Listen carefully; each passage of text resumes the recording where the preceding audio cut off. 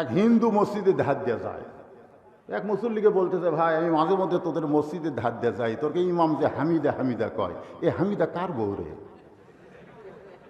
তো মুসলমান মুসল্লি বলতেছে, মনে হয় ইমামের কেউ হবি, আমিও শুনি হামিদা হামিদা, মানে সামি আল্লাহ ইমান হামিদা, এ হামিদা কার মা ও কার বউ? মুসলমান কয়, আমি খালি শুনি রে, বুঝি না, মসজিদে যাইতেও চোরের হয়, খালি 1200 টাকার জুতা যদি পাওয়ার থাকে।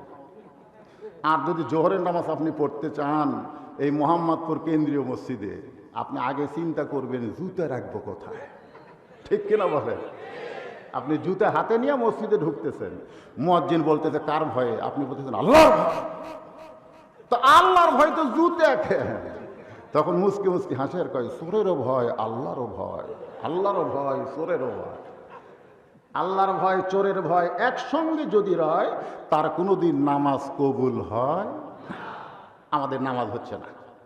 একটা চোরের হাত কাটলে বাংলাদেশে জুতা কেন সোনার টুকরাও যদি মসজিদের দরজায় রাখে, কেউ হাত দিয়ে স্পর্শ করবি না। জোরে করে কথা ঠিক কিনা? আমি আমার পকেটে 100 বার হাত দিব, এই পকেটে আমি 100 বার হাত দেবো, এটা আমার। কিন্তু এই পকেটে যদি একবার দেয়, আমি আমার বউকে 100 বার তাকায় দেখবো, কিন্তু আমার সীমানার বাহিরে আমার শালিকে একবারও দেখতে পারবো না। জোরে কথা ঠিক কিনা? পরের বউ দেখে আর বাড়ির যা কয়, এটা একটা বউ হলো। মানে রাস্তাতে এতগুলা দেখে। আমাদের বাংলাদেশে সালাম নিয়েও কথা হয়, যখন ঠিক কিনা? আমরা মৌলানার বলে আসসালামু আলাইকুম, এটা বলে হেফাজতি, এটা বলে তালেবানি। আগে চলতো চামালিকুম চামালিকুম, খোদা হাফেজ বলবো না, আল্লাহ হাফেজ। ঠিক? ঠিক। আপনারা যখন কোনো বাড়ির দরজায় যাবেন, কলিং বেলে চাপ দেবেন না, দরজা খটখট করবেন না, এমনি এমনি নাম ধরে ডাকবেন না। রাসূলের সুন্নত হলো আসসালামু আলাইকা আহলাল বাইত, আসসালামু আলাইকুম ইয়া আহলাল বাইত। এই বাড়ির ভিতরে যারা আছো সবার প্রতি আল্লাহ রহমত বর্ষিত হোক। জোরে কর সুবহানাল্লাহ। কিন্তু ঈদের একটা দিন, বছরের ভিতরে একদিন, সেই দিন তুই পার্কে ঘুরিস কেন? তো পার্কে ঘুরতে গিয়ে দেখে যে কলার পাতার উপরে এক ফকির আর ফকুরনি, ওই মানুষের কাছে ভিক্ষা করে যা পাইছে, বউ স্বামীর মুখত দেয়, আবার স্বামী বউয়ের মুখত দেয়। ওই দেখে আর বলে, আল্লাহ শান্তি কোথায়, গাছতলায় না 3 তলায়? আজকে একটা টিভি আছে, নাম হলো 71 টিভি। জোরে কোন কি টিভি?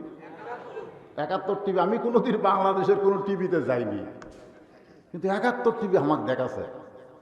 সম্মানিত হাজিরিন, এ পর্যায়ে আপনাদের সম্মুখে কোরআন ও হাদিস থেকে মূল্যবান আলোচনা রাখবেন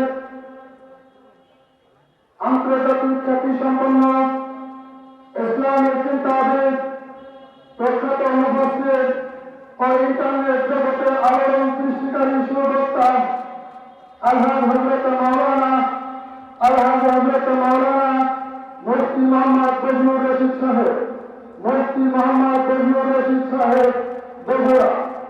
আমি হুজুরকে তিনার মূল্যবান আলোচনা শুরু করার জন্য বিনয়ের সাথে অনুরোধ করছি।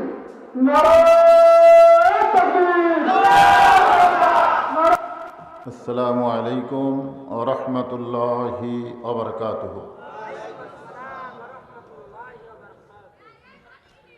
আপনারা সকলে কেমন আছেন? জি আলহামদুলিল্লাহ। অনেক মানুষ রাস্তায় আছে, তারা যদি আসে বসার জায়গা হবে না, এই জন্য আগে থেকে আপনারা একটু জমে জমে বসেন। জায়গা ছোট হলেও বহু মানুষ বসা যায়, যার প্রমাণ হলো বাংলাদেশ। জোরে বলেন কোন দেশ? গোটা পৃথিবীর ভিতরে সবচাইতে ঘন বসতি হওয়ার পরেও 10 লক্ষ রোহিঙ্গা মুসলমানকে জায়গা দিছে কোন দেশ? এখান থেকে প্রমাণ হলো জায়গা দেওয়ার অভ্যাস আমাদের আছে না নাই। এই জন্য সবাই একটু সামনে দিকে ফাঁকা ফাঁকা না রেখে জমে বসে। আলহামদুলিল্লাহ আলহামদুলিল্লাহি নাহমাদুহু ওয়া নাস্তাঈনুহু ওয়া নাস্তাগফিরুহু ওয়া নু'মিনু বিহি ওয়া নাতাওয়াক্কালু আলাইহি ওয়া নাউযু বিল্লাহি মিন শুরুরি আনফুসিনা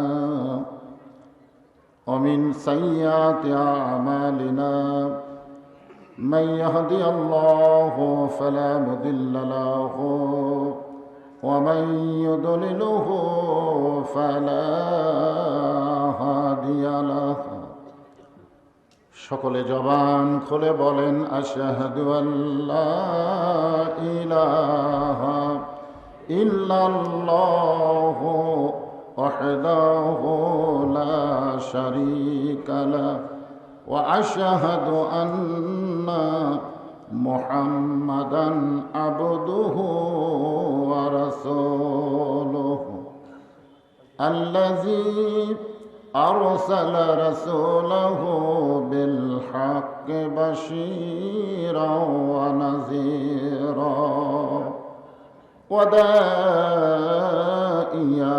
إلى الله بإذنه وسراجا منيرا فقد قال الله تعالى في كلامه المجيد والفرقان الحميد জবান খুলে সকলে পড়েন আউযু বিল্লাহি মিনাশ শাইতানির রাজীম بسم الله الرحمن الرحيم إذا أصابتهم مصيبة قالوا إنا لله وإنا إليه راجعون إن الله وملائكته يصلون على النبي يا أيها الذين آمنوا صلوا عليه وسلموا تسليما اللهم صل على محمد وعلى آل محمد كما صليت على إبراهيم وعلى آل إبراهيم إنك حميد مجيد اللهم بارك على محمد وعلى آل محمد كما باركت على إبراهيم وعلى آل إبراهيم إنك حميد مجيد নবীজির পিতা আবদুল্লাহ নবীজির মাতা আমিনা নবীজির দুধমা হালিমা নবীজির রওজা মদিনা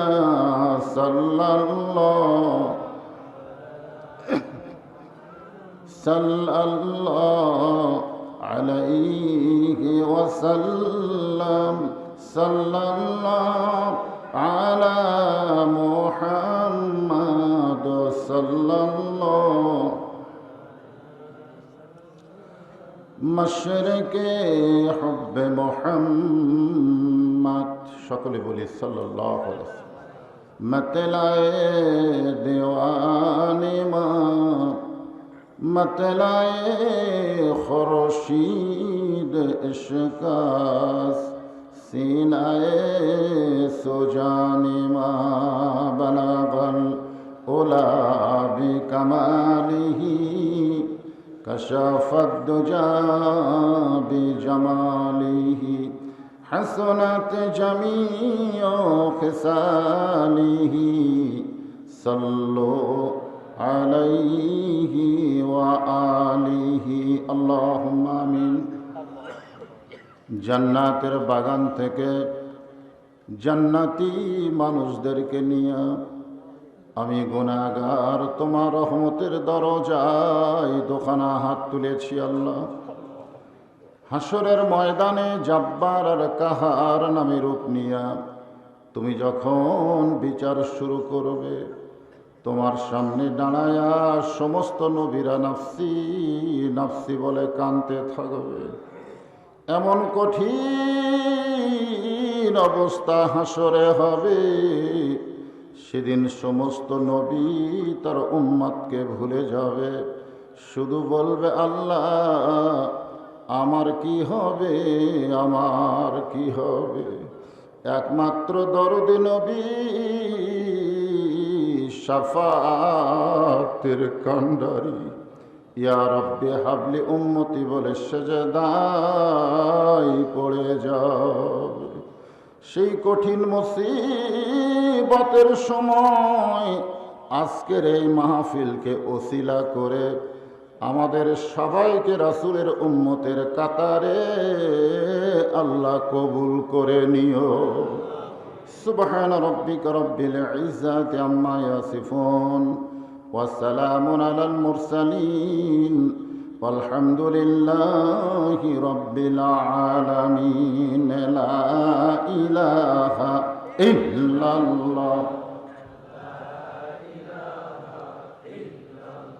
লা ইলাহা ইল্লাল্লাহ লা ইলাহা ইল্লাল্লাহ লা ইলাহা ইল্লাল্লাহ লা ইলাহা ইল্লাল্লাহ। চাঁদ সূরজ আর গ্রহ তারা আল্লাহ নামের পাগল পারা। চাঁদ সূরজ আর গ্রহ তারা আল্লাহ নামের পাগল পারা। আমার আল্লাহ নামের এতই দয়া, আল্লাহ নামের এতই মায়া, লুকিয়ে রাখছেন হে আল্লাহ জোরে লা ইলাহা ইল্লাল্লাহ লা ইলাহা ইল্লাল্লাহ ইল্লাল্লাহ ইল্লাল্লাহ ইল্লাল্লাহ লা ইলাহা ইল্লাল্লাহ লা ইলাহা লা ইলাহা ইল্লাল্লাহ মুহাম্মাদুর রাসূলুল্লাহ। রাসূলের মহব্বতে জবান খুলে সকলে বলবো সাল্লাল্লাহু আলাইহি ওয়াসাল্লাম। আপনি রাসূলের প্রতি দরুদ পড়লেন মোহাম্মদপুর উপজেলায়, অথচ পড়ার সঙ্গে সঙ্গে একদল ফেরেশতা আপনার নামে দরুদগুলো রাসূলের রওজায় পৌঁছে দেয়। এই জন্য দরুদ পড়তে আমাদের কোনো আপত্তি। সুন্দর নাম মোহাম্মদপুর, এত সুন্দর নাম। যুবকদের কর্তৃক আয়োজিত হাসপাতাল জামে মসজিদ প্রাঙ্গণে ২৭তম বার্ষিকী ওয়াজ মাহফিলে আল্লাহ তাআলা যিনাকে সম্মানিত সভাপতির আসনে কবুল করেছেন, অধ্যাপক মাওলানা ওসিউজ্জামান বুলবুল সাহেব, আমি আমার অন্তরের অন্তঃস্থল থেকে আজকের এই মাহফিলের সম্মানিত সভাপতিকে শুভেচ্ছা জ্ঞাপন করছি। আজকের এই মাহফিলের সম্মানিত ওলামায়ে কেরাম, আপনাদের মাঝে মাঝে অনেক আলেম ওলামা বসে আছেন, আছে না নাই? যিনারা আমার চাইতে অনেক উপরে, অনেক দামি, কিন্তু বসে আছে নিচে। আমার ওয়াজের ক্যাসেটে আপনারা শুনেছেন, নিচে থাকলে তার দাম কম না। মুদির দোকানে দেখবেন সবচাইতে ওজনের পাথর নিচে থাকে না উপরে থাকে? নিচে থাকে 1 কেজি মনে করেন, ওপরে থাকে 20 গ্রাম, ইল্লা সভাপতি ছাড়া। আবার টাকা যখন মানুষ সাজায় নিচে থাকে 1000, উপরে থাকে 2।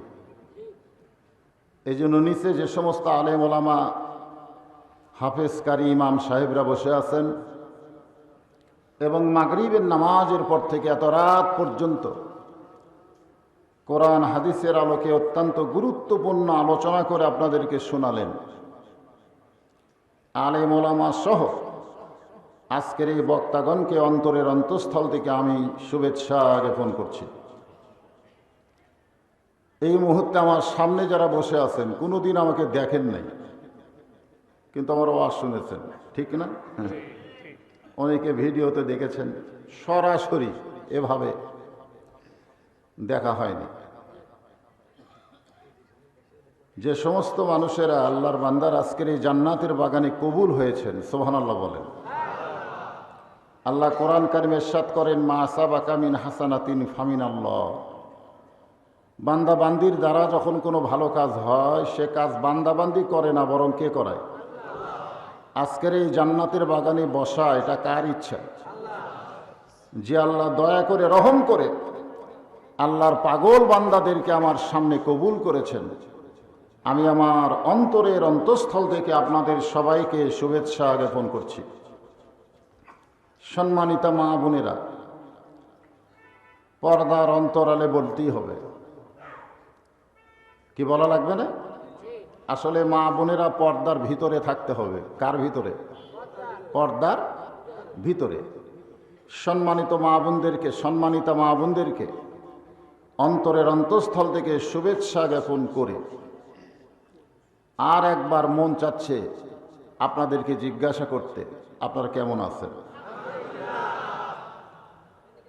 জি আলহামদুলিল্লাহ। সকলে বলবো, রব্বানা লাকাল হামদ হামদান কাসীরান তাইয়্যিবান মুবারাকান ফীহি। আমি কয়েকদিন আগে এসেছিলাম এই আপনাদের মাগুরাতে, জায়গার নাম হলো শ্রীপুর, আর আজকে হলো আসলেই তফাৎ। ওখানে আমাকে দাওয়াত দিয়েছিল 3 তারিখে, মঞ্চে উঠাইছে 4 তারিখে। নাম যে শ্রীপুর, বোঝেন না? কিন্তু আজকে মোহাম্মদপুর, কথার সাথে মিল আছে আলহামদুলিল্লাহ। তো আমি যে আয়াতে কারিমা আপনাদের সামনে তেলাওয়াত করেছি, আমাদের বগুড়াতে কোনো মানুষ মারা গেলে মরার খবর শুনে সকলে বলে ইন্না লিল্লাহি ওয়া ইন্না ইলাইহি রাজিউন। আপনাদের এখানকার খবর কি? একই খবর আলহামদুলিল্লাহ। আমি অনেক লোককে জিজ্ঞাসা করি, মানুষ মরলে এই কথা আপনারা বলেন কেন? সবাই বলে, সবাই কয়, আমরাও করি। মানে কি জন্যে বলে এখনো অনেক লোক আমরা জানি। তাহলে আজকে আমাদের জানার দরকার আছে না? আমাদের কাছে মৃত্যুটা হলো সবচাইতে খারাপ খবর। এই আয়াতে কারিমা সম্পর্কে আল্লাহ কি বলতেছেন? ইজা মানে যখন, আসাবাতুহুম মুসিবা, তোমাদের উপরে বিপদ আপদ মুসিবত আসবে, ক্বালু, তখন তোমরা বলবে ইন্না লিল্লাহি ওয়া ইন্না ইলাইহি রাজিউন। তাহলে আয়াতের শাব্দিক অর্থ আপনারা কি বুঝলেন?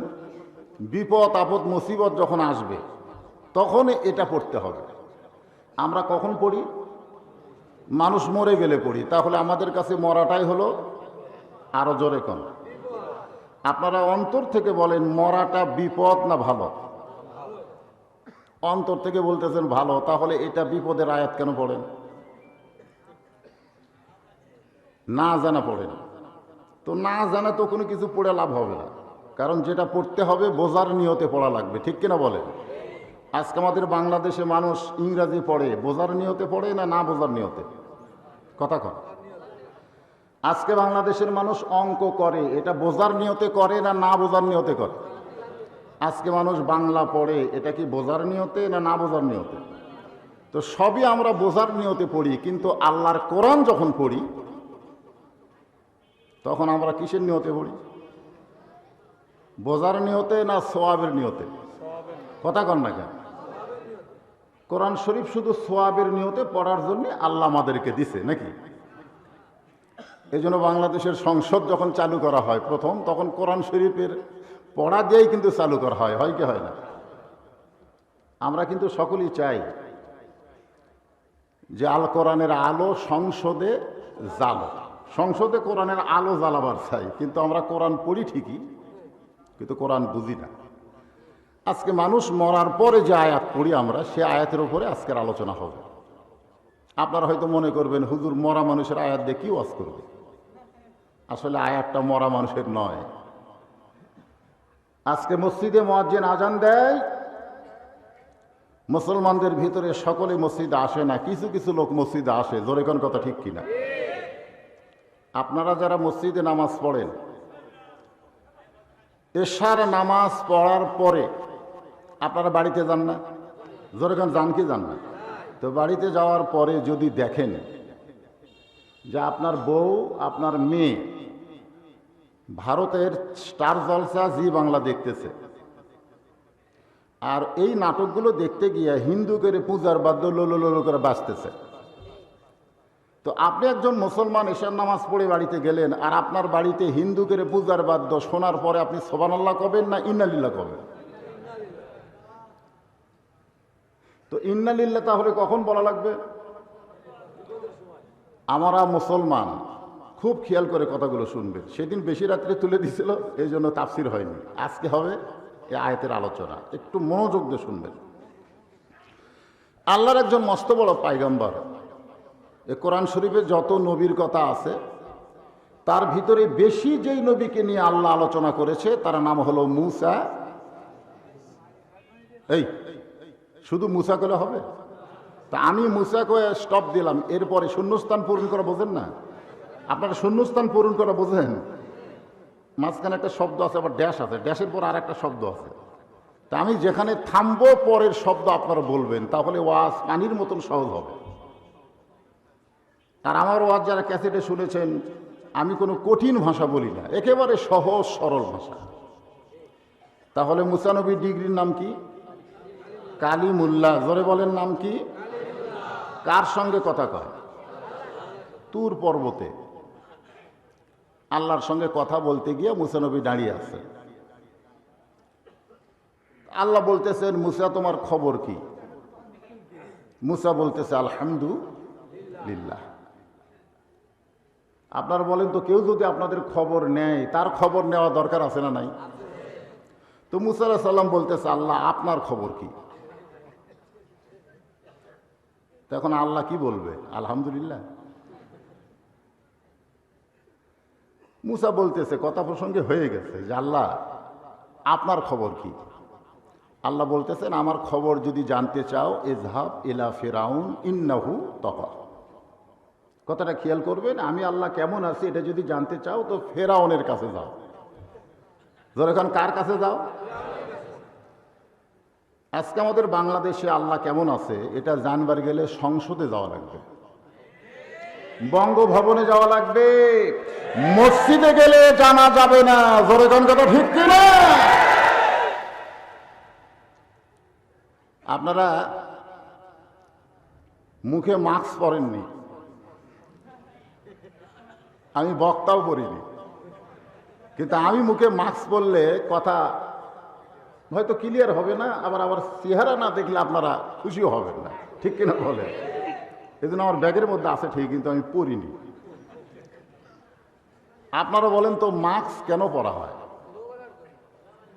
ধুলাবালির জন্য। এতদিন আপনারা পড়ছিলেন না, এখন পড়েন কেন?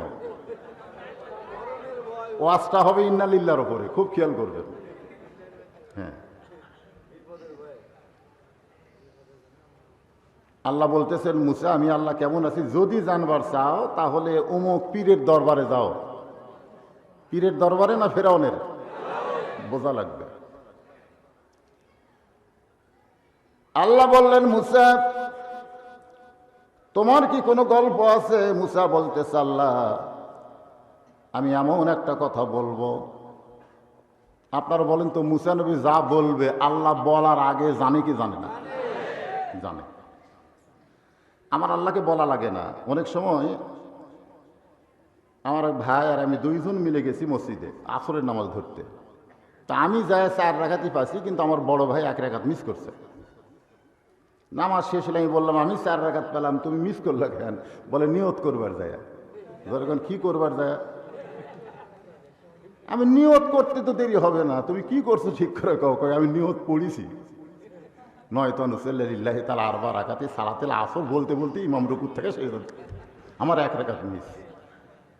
আপনারা বলেন তো, যে লোকটা আসরের নামাজের ওযু করেছে, মসজিদের মধ্যে ঢুকেছে, আমার আল্লাহ জানে কি জানে না? আবার কি নয়তো নয়তো বলে জানান লাগবে? আল্লাহ সব জানে, কিন্তু জানার পরেও আল্লাহর একটা অভ্যাস হলো জানতে চায়।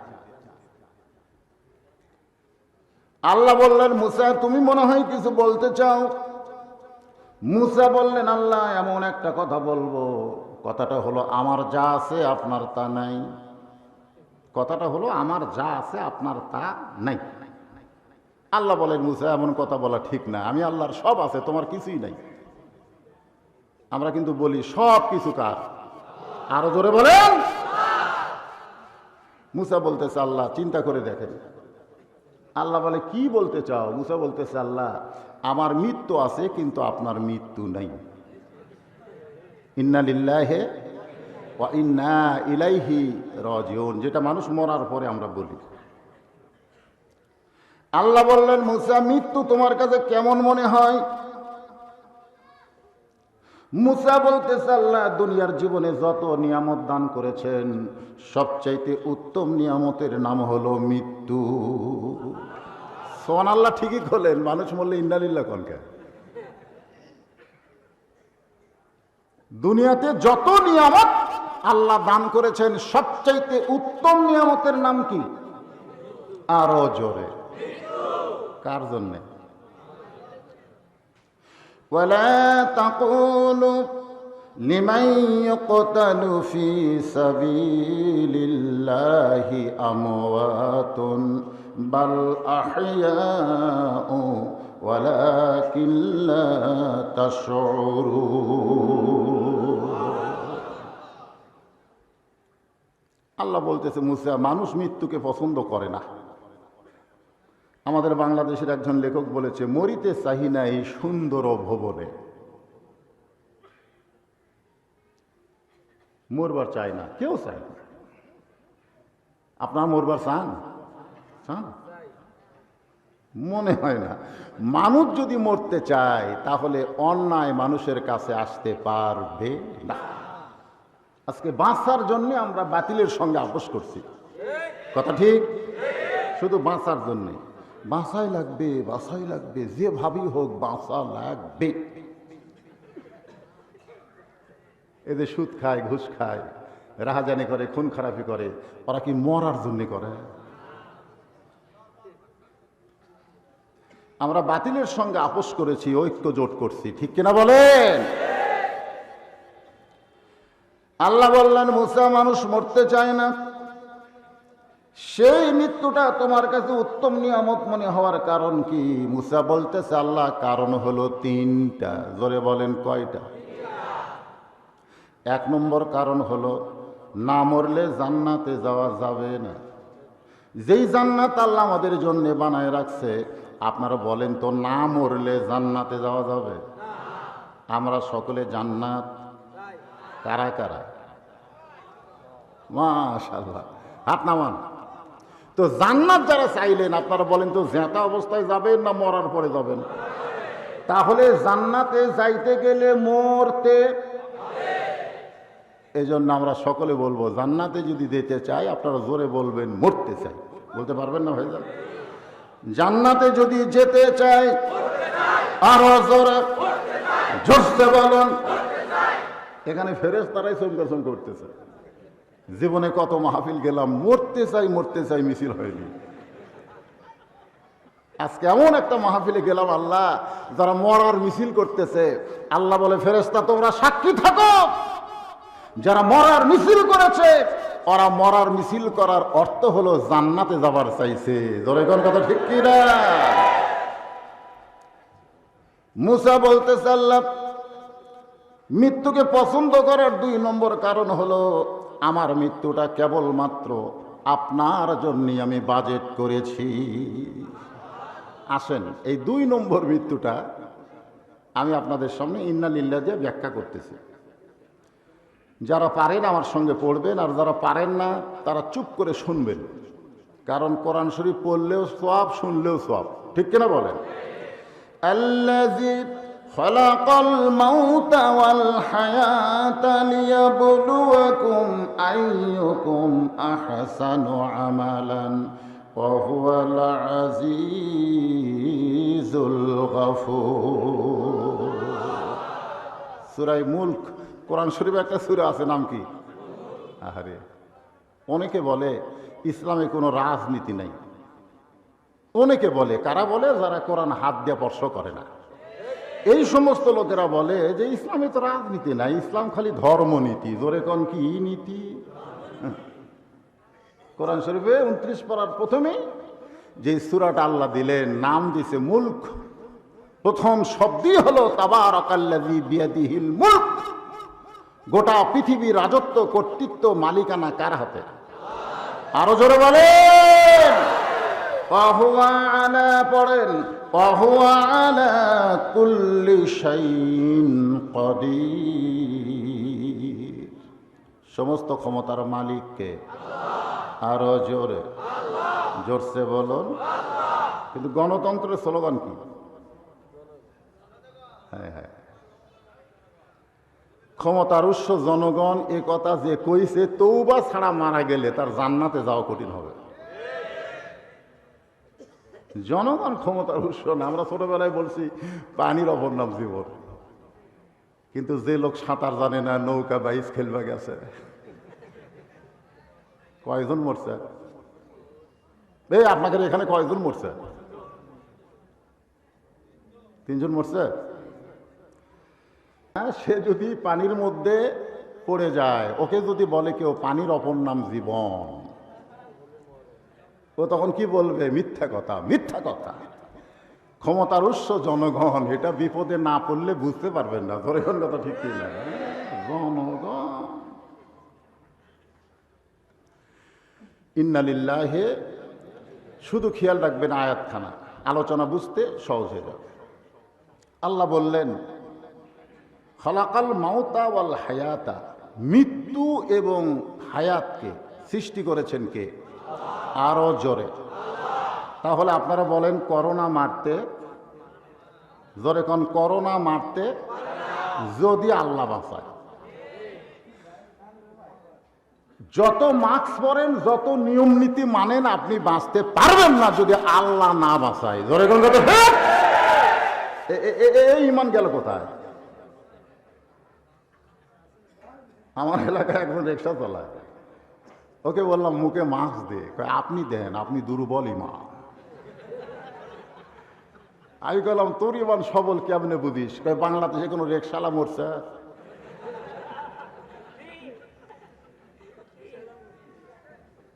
মরছে?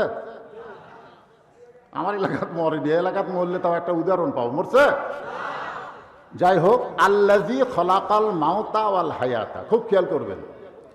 লিয়াবলুয়াকুম আইয়ুকুম আহসানু আমালান ওয়া হুয়াল আজিজুল গফুর। আল্লাহু আকবার। কেন সৃষ্টি করেছেন জীবন আর মৃত্যুকে? লিয়াবলুয়াকুম, তোমাদেরকে পরীক্ষা করা হবে। পরীক্ষা, সে পরীক্ষার ভিতরে আমরা পড়ে গেছি। আমাদের পরীক্ষা হচ্ছে কি হচ্ছে না? হচ্ছে। ভাইজান, বাঁচা থাকতে কে কোন দল করলো করুক, মরে গেলি ইন্না লিল্লাহ। মরে গেলি কে কোন দলের লোক মরছে? মরার পরে দল আছে। আসলে দল করতে হবে কখন? মরার আগে না পরে? একটু মনোযোগ দিয়ে শুনবেন। আল্লাহ বলতেছেন আইয়ুকুম আহসানু আমালা, সুন্দর আমলের পরীক্ষা হবে। এই সুন্দর আমলটা কি? সুন্দর আমলটা কি? আল্লাহ বলেছেন ওয়া আমিলুস সালিহাত, নেক আমল করো, আমলে সালে করো। আবার এখানে বললেন আহসানু আমালা, সুন্দর আমল করো। এই সুন্দর আমল করতে গেলে সুন্দর একটা পরিবেশ লাগবে, মুসলমান সন্তান জন্ম দিয়া হিন্দুর বাড়িতে যদি লালন পালন করতে দেয়, 10 বছর পরে মুসলমান যদি তার সন্তানকে ফেরত চায়, ওই হিন্দুর বাড়িতে লালন পালন হওয়ার কারণে ওই সন্তান কি বলবে? আল্লাহ আল্লাহ বলবে না ভগবান বলবে? আবার হিন্দু জন্ম দিয়ে মুসলমানের বাড়িতে যদি লালন পালন করতে দেয়, 10 বছর পরে যদি হিন্দু আবার সন্তান ফেরত চায়, আপনারা বলেন তো ওই সন্তান ভগবান কবে না আল্লাহ কবে? তাহলে এখানে কি বুঝলাম? জন্ম দিলেই হিন্দু মুসলমান হয় না, হিন্দু মুসলমান হয় পরিবেশের কারণে। জোরে কোন ঠিক কি না? বর্তমানে আপনাদের মাগুরা জেলায় যে পরিবেশ, এটা কিসের পরিবেশ? মুসলমানের না হিন্দুর? দুটোই আছে, তাই না? মাশাআল্লাহ।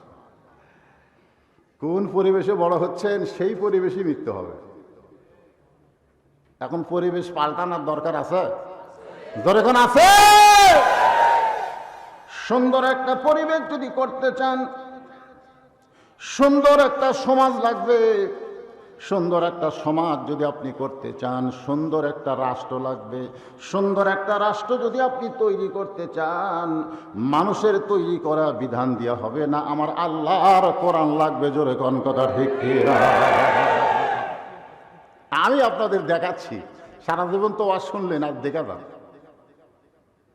যে কোরআন শরীফ দেখতেছেন। এক সময় সবচাইতে বড় মাস্তান ছিল। জোরে কোন কি ছিল?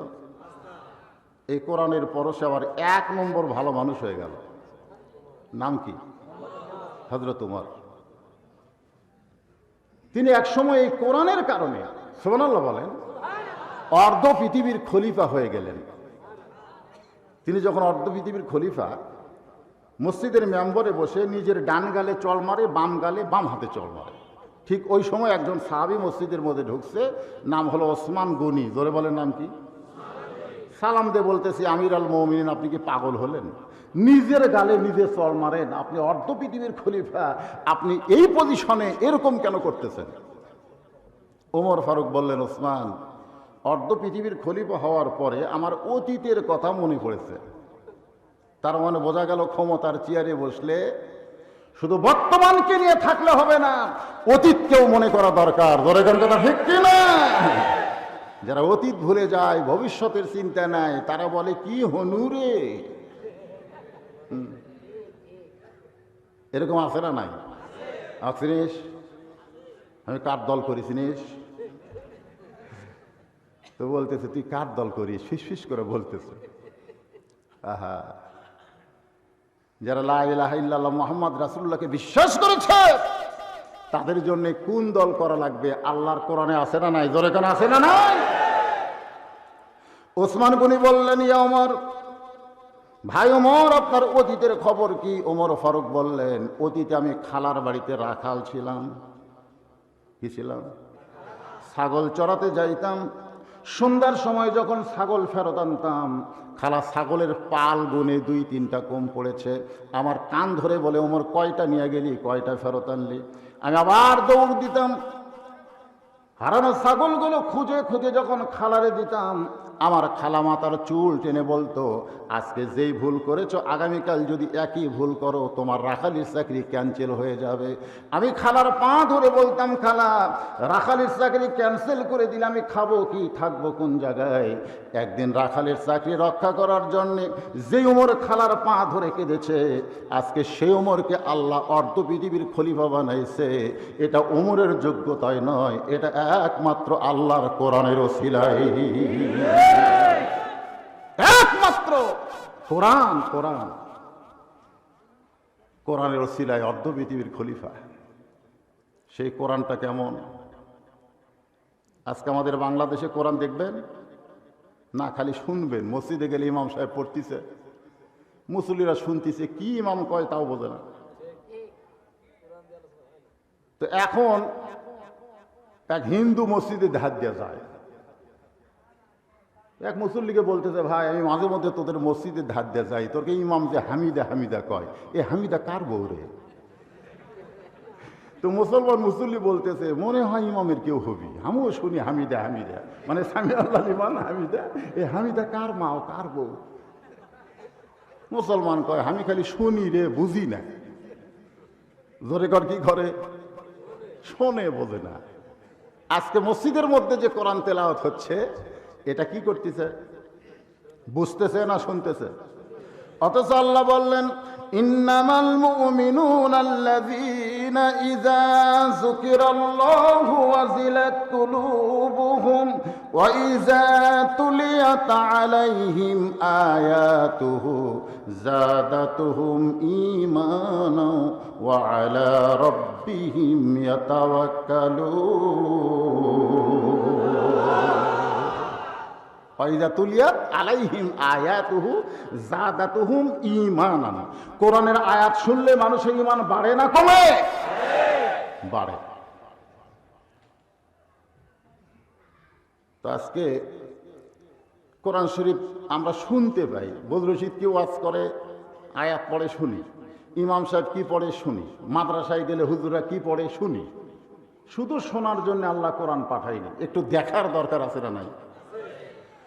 হযরত ওমর আল্লাহর কোরআনকে দেখার জন্য, আহসানু আমালা সুন্দর আমলকে দেখার জন্য ছদ্মবেশে মদিনার অলি গলি ঘুরতেছে। হঠাৎ হযরত ওমর দেখতে পায় দুই পাহাড়ের মাঝখানে গিরিপথ। জোরে বলেন কি পথ? গিরিপথ বোঝেন? ভাই তো হজ করছেন, যারা হজ করছে তারা ওই পাহাড়ের মাঝখানে যে রাস্তাটা আছে, দুই পাহাড়ের মাঝখানে, দুই দিকে পাহাড়, মাঝখানে রাস্তাকে বলা হয় গিরিপথ। অর্ধ পৃথিবীর খলিফা ছদ্মবেশে গিরিপথে ঘুরতেছে। হঠাৎ হযরত ওমর দেখতে পায় একটা সুন্দরী মেয়ে ধীর গতিতে হেঁটে হেঁটে চলতেছে। কি মেয়ে? সুন্দরী মেয়ে। ওমর ফারুক বললেন, আলহামদুলিল্লাহ। সুন্দরী মেয়ে দেখলে প্রশংসা করবেন কার? তা রাস্তা দিয়ে সুন্দরী যায় কি যায় না? আপনাদের কাছে সুন্দরী বলতে কি? আমি এক ছেলেকে বলেছিলাম সুন্দরী, সবচাইতে সুন্দরী হলো পূর্ণিমা। ছেলেরা বলতেছে, আমি বললাম পূর্ণিমাই সুন্দরী? বলে কেউ বলে মৌসুমী, কেউ বলে পপি। আমি যুবকের হাত ধরে বললাম, থাম থাম, যদি বাংলাদেশে কোরআনের সমাজ চালু হতো, তুমি যাদেরকে সুন্দরী বললে এরা কেউ সুন্দরী না, এরা হলো বিশ্ব বেহায়া। জোরে কোন কথা ঠিক কিনা? এখন একটা স্লোগান হবে, আগে আসলে আমি যে যুক্তি দিলাম যে এত ঘনবসতি হওয়ার পরেও 10 লক্ষ রোহিঙ্গা মুসলমানকে জায়গা দিতে কোন দেশ? আচ্ছা ঠিক আছে, তাহলে বলবো, তাহলে আপনারা একটু জমে বসেন ভাইজান, একটু জমে বসেন। পিছনে যারা দাঁড়িয়ে আছে তারাও বসেন, বসেন, আল্লাহর রাস্তায় বসেন, সামনের দিকে জমে বসেন আর জিকির করেন, লা ইলাহা ইল্লাল্লাহ, লা ইলাহা ইল্লাল্লাহ, লা ইলাহা, লা ইলাহা ইল্লাল্লাহু মুহাম্মাদুর রাসূলুল্লাহ সাল্লাল্লাহু। তাহলে সুন্দরী মেয়ে বলতে আপনারা কি বুঝতেছেন? এটা বুঝাচ্ছেন। আমার সঙ্গে একটা স্লোগান দেন, আমি যে বলবো বেপর্দা নারী যারা, আপনারা বলবেন বিশ্ব বেহায়া তারা। বলতে পারবেন না? বেপর্দা নারী যারা। এখন আবার উল্টা স্লোগান দেবেন, আমি যে বল পর্দানিশী নারী যারা, আপনার বিশ্ব সুন্দরী তারা। পর্দানিশী নারী যারা, ওমর ফারুক যাকে সুন্দরী বলে আল্লাহর প্রশংসা করতেছেন, তার আপাদ মস্তক আল্লাহর আইন বিরাজ করতেছে। আল্লাহর আইন হলো অকরণা ফি বুয়ুতিকুন্না ওয়ালা তাবাররাজনা তাবাররুজাল জাহিলিয়াতিল উলা। কার আইন? আজকে একটা টিভি আছে, নাম হলো 71 টিভি। জোরে কোন কি টিভি? 71 টিভি। আমি কোনোদিন বাংলাদেশের কোনো টিভিতে যাইনি, কিন্তু 71 টিভি আমাকে দেখাছে। আপনার দেখছেন 71 টিভি? খবরে আমাকে দেখাচ্ছে যে আমি নারীদেরকে কটাক্ষ করে ওয়াজ করি। আজকে আপনারা ধরে দেবেন নারীদের কটাক্ষ করে কোনো কথা হবে না। নারী যারা মুসলমান নারী, তাদের জন্য আল্লাহর আইন কি? আল্লাহ বলতেছেন তোমরা ঘরের ভিতর অবস্থান করো। এ কথা কার? যদি ঘর থেকে বাহির হও বের হওয়া যাবে না এ কথা আল্লাহ বলে নাই। বের যদি হও তাহলে হেজাব নিয়া পর্দা নিয়ে বের হবে। ওই জাহিলি যুগের মেয়েদের মতন সাজুগুজু করে রাস্তায় বের হওয়া যাবে না। এ কথা কার? এ কথা যদি মেয়েরা মেনে নেয় মেয়েদের লাভ হবে না লস হবে? কেমন লাভ হবে? বেপর্দা নারী দেখলেই বলবেন ইন্নালিল্লাহ। কারণ একজন যুবকের জন্য বেপর্দা নারী রহমত না বিপদ? তাহলে বেপর্দা নারী দেখলে কি বলবেন? বেপর্দা নারী রাস্তা দিয়ে যাচ্ছে, আপনার ইন্নালিল্লাহি ওয়া ইন্না ইলাইহি রাজিউন। মিয়াসন করবে কে রে? মানুষ বললে যে কথা কয়, আমাকে দেখে কথা কেন বলতেছে? দেখবেন বাংলাদেশ আর বেপর্দা পাওয়া যাবে না। কারণ যেখানে পড়া লাগবে সেখানে পড়া হচ্ছে না। ধরে কোন ঠিক কিনা? ওমর ফারুক আপাত মস্তক মেয়েটার পর্দা দেখে আল্লাহর শুকুর আদায় করে মেয়েটার নিকটতম গিয়া সালাম দিয়া বললেন, মা, এই নির্জন পথে একা একা চলতেছ, তোমার সামনেও কোনো মানুষ নাই, পিছনেও কোনো মানুষ নাই। এই নির্জন পথে তুমি একা একা চলতেছ, তোমার সামনেও কোনো মানুষ নাই, পিছনেও কোনো মানুষ নাই।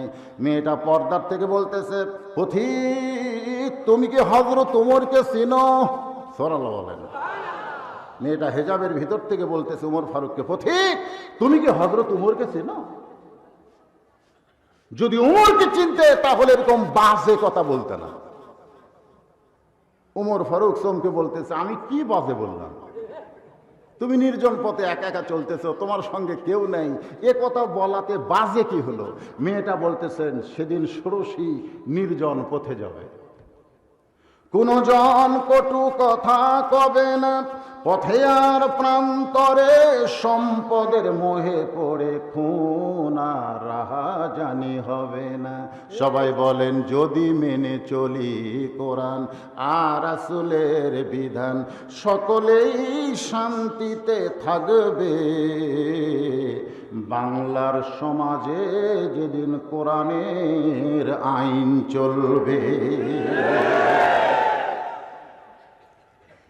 মেয়েটা বলতেছে, ঠিক, তুমি জানো না, তুমি যদি ওমরকে চিনতে এরকম বাজে কথা বলতে না।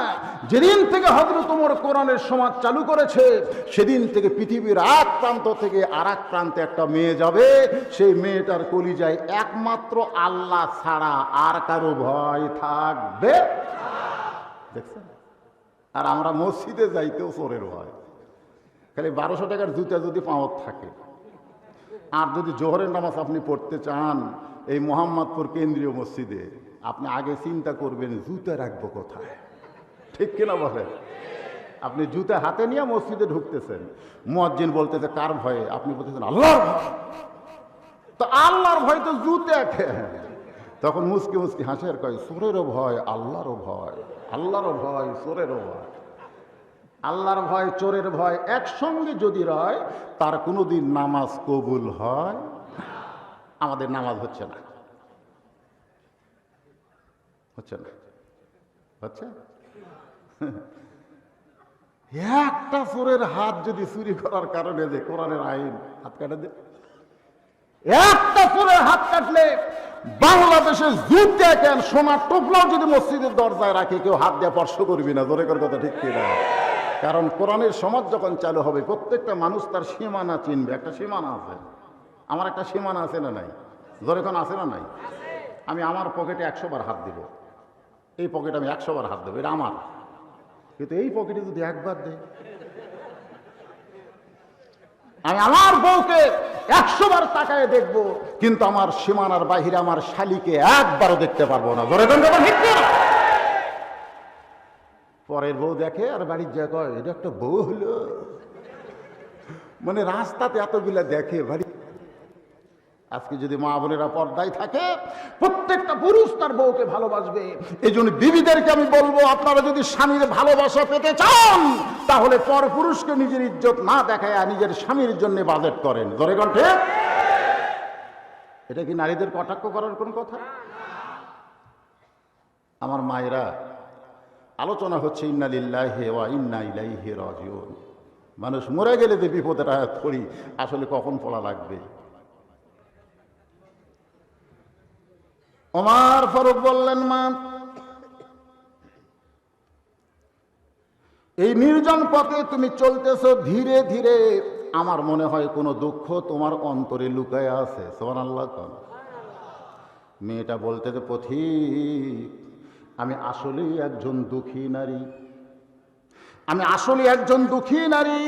আজকে 6 দিন হলে হযরত ওমরকে আমি খুঁজে বেড়াই, হযরত ওমরকে আমি খুঁজে বেড়াই। আমি আসলেই একজন দুঃখী নারী, কিন্তু আজকে 6 দিন হলে হযরত ওমরকে আমি খুঁজে বেড়াই। আমার ঈমান বলতেছে অল্প সময়ের ভিতরেই হযরত ওমরকে পেয়ে যাব। ওমর ফারুক বলতেছে, তুমি পাগলি। ওমর হচ্ছে অর্ধ পৃথিবীর খলিফা, আর সেই খলিফাকে তুমি 2 পাহাড়ের মাঝখানে খুঁজতেছো। উমর কি ছাগল, উট দুম্বা যে 2 পাহাড়ের মাঝখানে খুঁজলে উমরকে পাবে? তুমি আসলেই পাগলি। মেয়েটা বলতে, পথিক তুমি জানো না যেদিন কোরআনের সমাজ চালু হয়ে যাবে সেদিন নেতা খোঁজা লাগবে না, নেতারাই তখন দুঃখী মানুষকে খুঁজে বেড়াবে। জোরে গান গাও। সুবহানাল্লাহ। আজকে নেতাদের খোঁজা লাগে, নেতা কোথায়? না, ভোট লিস্টে মোহাম্মদপুরে নেতা থাকে ঢাকা, নেতা নাই।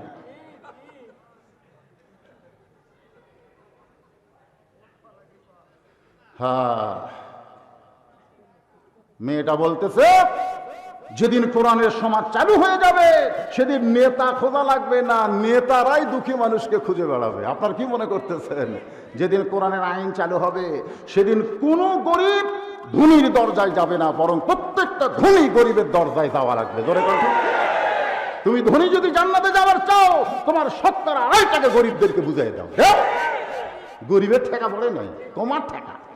জান্নাতে যাবা তো গরিবের কাছে যাও। কোরআনের সমাজ চলতেছে, 7 দিন ধরে এক লোক 1 ব্যাগ টাকা নিয়ে ঘুরতেছে। গোটা মদিনা ঘরে গরিব নেই। 7 দিন ঘোরার পরে বলে, না লোকালয় হলো না, মরুভূমির মধ্যে যাই। মরুভূমির ভিতরে গিয়ে দেখে একটা বস্তা মাথার দিয়ে একজন ঘুম পাড়তেছে। ব্যাগেলা চিন্তা করে, আলহামদুলিল্লাহ পাইছি রে।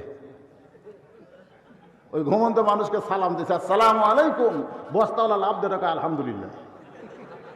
ব্যাগওয়ালা বলতেছে, ভাই সালাম দিলাম, আল্লাহ শুকুর আদায় করেন কেন? ও আলাইকুম করবারেন না? আমাদের বাংলাদেশে সালাম নিয়েও কথা হয় যখন, ঠিক কিনা? আমরা মৌলানার বলে আসসালামু আলাইকুম, এটা বলে হেফাজতি, এটা বলে তালেবানি। আগে চলতো চামালিকুম, চামালিকুম। খোদা হাফেজ বলবো না, আল্লাহ হাফেজ। ঠিক? ঠিক। তো এখন লাভ 2 টাকা, আলহামদুলিল্লাহ। ব্যাগওয়ালা বলতেছে, দিলাম সালাম, ওয়ালাইকুম আসসালাম না বলে আলহামদুলিল্লাহ কেন? বলে 15 দিন হলে 1 বস্তা টাকা নিয়ে ঘুরতেছি, গরিব নাই। তো দেখার পরে আমার গরিব মনে হয়, আল্লাহর শুকর আদায় করি ভাই। লোকটা বলে, আমি ঘুরি 7 দিন, তুমি ঘোরো 15 দিন, তাহলে গরিব গেল কোথায়? যেদিন সুদ ভিত্তিক অর্থনীতিকে লাথি দিয়া বাংলার মুসলমানেরা জাকাত ভিত্তিক অর্থনীতি চালু করবে, সেদিন আল্লাহ রহমতের বরকতের দরজা খুলে দিয়ে বাংলাদেশ থেকে গরিব দূর করে দিবে। জোরে কথা ঠিক না? টাকা খরচ চালে পাওয়া যায় না, 100 টাকা বেশি দিবার চালি। আপনাকে এলাকায় মনে সুদ নাই? সুদের নিম্ন গুণে কিরে? সুদের 1 টাকা খালি কি হয়? আপনারা হয়তো বলবেন, হুজুর সুদাডুরো কি ওয়াজ শুনবার আছে? তাই না, আসুক, আমার ধামকিগুলো ওদের কানে যাবে। জোরে কোন কথা ঠিক কিনা? জোরে কোন ঠিক কিনা? মেয়েটা বলতেছে, পথিক আমি একজন দুঃখী নারী, আজকে 6 দিন হলো হযরত ওমরকে আমি খুঁজে বেড়াই। আমার বিশ্বাস অল্প। কি হচ্ছে? সাউন্ড তো ঠিকই হচ্ছে বাবা। তোমাকে কে কি বলে? এইরকম ওপর তুলে দিলে আমার চেহারা তোরা দেখতে পারো না। এই মুখ ভেঙে গেল।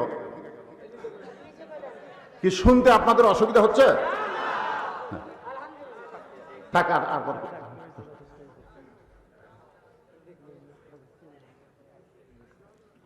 ওমর ফারুক বললেন,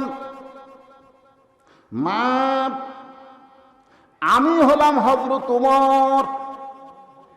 সঙ্গে সঙ্গে মেয়েটা বলতেছে, আলহামদুলিল্লাহ আলহামদুলিল্লাহ আলহামদুলিল্লাহ। 3 বার আল্লাহর শুকর আদায় করলেন, কারণ তার ঈমান বিজয় হয়েছে।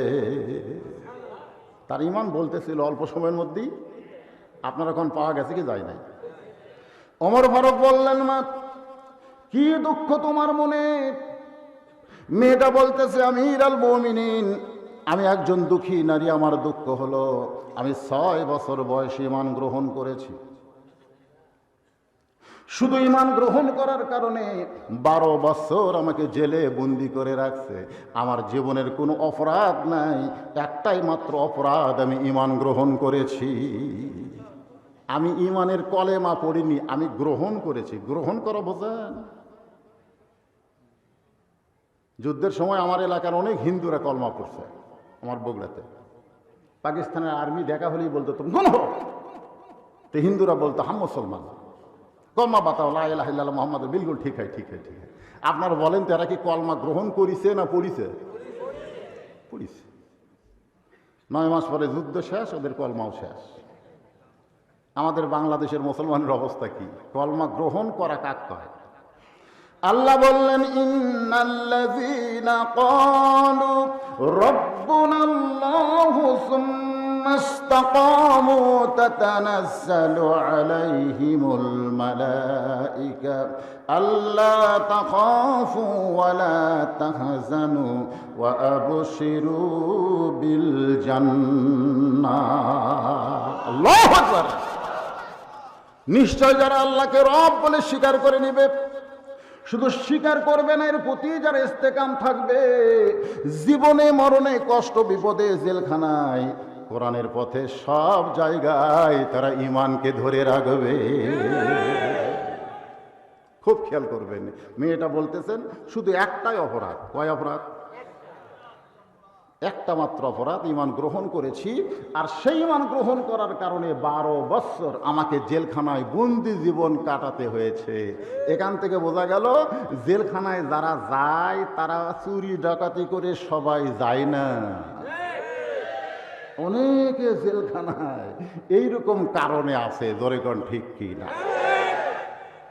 নাম ধরে বলা লাগবে না, আধা কথা বলি আদম বুঝে, সারা রাত করলেও গাধা বুঝান যাবে না। জোরে কোন কথা ঠিক কি না? মেয়েটা বলতেছে, আমিরুল মুমিনিন, আপনি যখন রোম পারস্য দখল করলেন, আমি রোমের জেলখানার মধ্যে ছিলাম।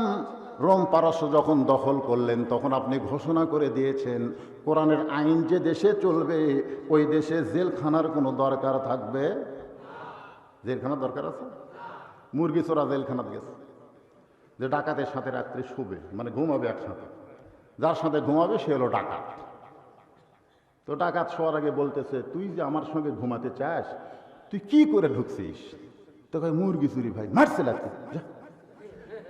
আমি 2টা মার্ডার করছি রে, আমার কাছে কোনো চোরের জায়গা নেই। ও তখন পাঁচ তেল দেখায়, দাদা এবারের মতন মাফ করেন, খালি বার হয়ে, খালি বার হয়ে কি হয়ে ঢোকা লাগবে আমার জানা হয়ে গেছে। এই চোর হয়ে আর আমি ঢুকতেছি। হ্যাঁ, কিন্তু ভালো মানুষকে ধরে ধরে যখন জেলখানাতে রাখবে তখন অনেক চোরও ভালো হয়ে যাচ্ছে। ধরে করার কথা ঠিক ছিল। আমি যে কয়বার গেছি আমার কামই হলো জেলখানার যে আগে নামাজ পড়ান। অনেকে কয় হুজুর ওয়াজ করে, তার মানে বোঝা গেল ওখানেও মানুষ ভালো কথা শুনতে চায়, কিন্তু ভালো মানুষ তো নেই। যদি সময় থাকে ইমামে আযম হানিফা রাহমাতুল্লাহ আলাইহির জীবনী থেকে 4টা মিনিট আপনাদের কথা শোনাবো, তবে এখন নয়, একটু মনোযোগ দেন। মেয়েটা বলতেছে, আমিরুল মুমিনিন, আপনি রোম পারস্য দখল করার পরে যখন জেলখানাগুলো মুক্ত করে দিলেন, আমি জেলখানা থেকে মুক্ত হয়ে আমি যাব কোন জায়গায়? কারণ আমার বাবা খ্রিস্টান, আমার মা খ্রিস্টান, আমার দেশের 14 গোষ্ঠী খ্রিস্টান, আমার সকলেই যখন খ্রিস্টান, আমি একজন মুমিনা নারী, আমি যাব কোন জায়গায়? আমার কোনো ঠিকানা না পাওয়ার কারণে আজকে 6 দিন হলে 2 পাহাড়ের মাঝখানে ঘুরতেছি। যদি আপনাকে পাই, আপনার কাছে আমি অধম মেয়েটা একটু আশ্রয় চাই। সঙ্গে সঙ্গে ওমর ফারুক বললেন, সকলের কমন আয়াত, সকলে সূরা ফাতিহার মধ্যে আপনারা পড়েন, ইয়াকা না'বুদু ওয়া ইয়াকা নাস্তাঈন। আর একবার ওমর ফারুক বললেন, মা আমি তোমাকে আশ্রয় দিবার পারবো না, মেয়েটা কাঁদে আর বলে, আমির আল মুমিনিন, আমার মতন দুঃখী মেয়েকে আপনি আশ্রয় দিবেন না? ওমর ফারুক বললেন, মা, ইসলাম কোনোদিন কাউকে আশ্রয় দেয় না, বরং ইসলাম মানুষকে অধিকার দেয়। সুবহানাল্লাহ কন্যা কেন? ইসলাম কোনোদিন মানুষকে আশ্রয় দেয় না, ইসলামে প্রত্যেকটা মানুষের অধিকার আছে না নাই? মেয়েটা বলতেছে, ইসলামে আমার কি অধিকার? ওমর ফারুক বললেন, তোমার বয়স কত? মেয়েটা বলতেছে, ইমান গ্রহণ করছি কয় বছরে, আর জেল খেলাইছিলাম 12 বছর, মোট 18 বছর। ওমর ফারুক মুস্কি হাসিতে বললেন, এই মুহূর্তে তোমার সবচাইতে বড় অধিকার হলো ভালো একটা ছেলের সঙ্গে বিয়ে বসা। আমাদের বাংলাদেশের মেয়েদেরকে যদি 18 বছরে বিয়ে দিবার পারেন, যার তার সাথে না, ভালো ভালো, আমি কিন্তু বলিনি যে ইঞ্জিনিয়ার ডাক্তার খারাপ, তা কিন্তু বলছি সব কিছুর মধ্যে ভালো আছে না নাই? জোরে কোন আছে, কথা কোন আছে না নাই? খুব খেয়াল করবেন, আমার মা বোনদের জন্য বলতেছি, মা, ভালো একটা ছেলের সঙ্গে বিবাহ বসা।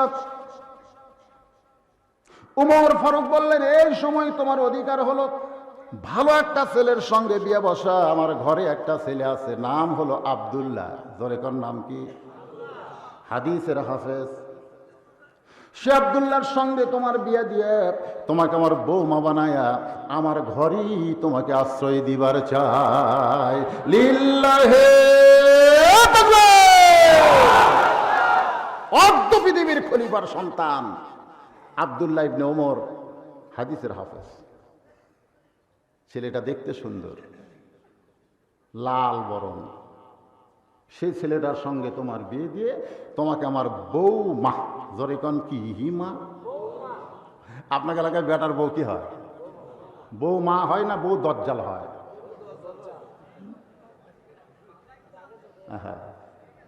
কত সাত বাপ মা যে ছেলেকে বিয়ে করাবো, বেটার বউ এসে আমাকে খেদমত করবে। খেদমত? আজকে বৃদ্ধাশ্রমে আপনারা গেছেন কোনোদিন? বৃদ্ধাশ্রমে আমি গেছিলাম। সব কিছু না দেখলে তো ওয়াজ করা যায় না। ওখানে যারা আছে ভাই, শতকরা 100 জনের খোঁজলা দেখলাম কোনো মৌলবীর বাপ মাও নাই। আবার কোন রিক্সা চালক, গরিব মানুষের বাপ মাও নাই রে। খালি বেটা আছে আমেরিকাত, মেয়ে আছে লন্ডনে।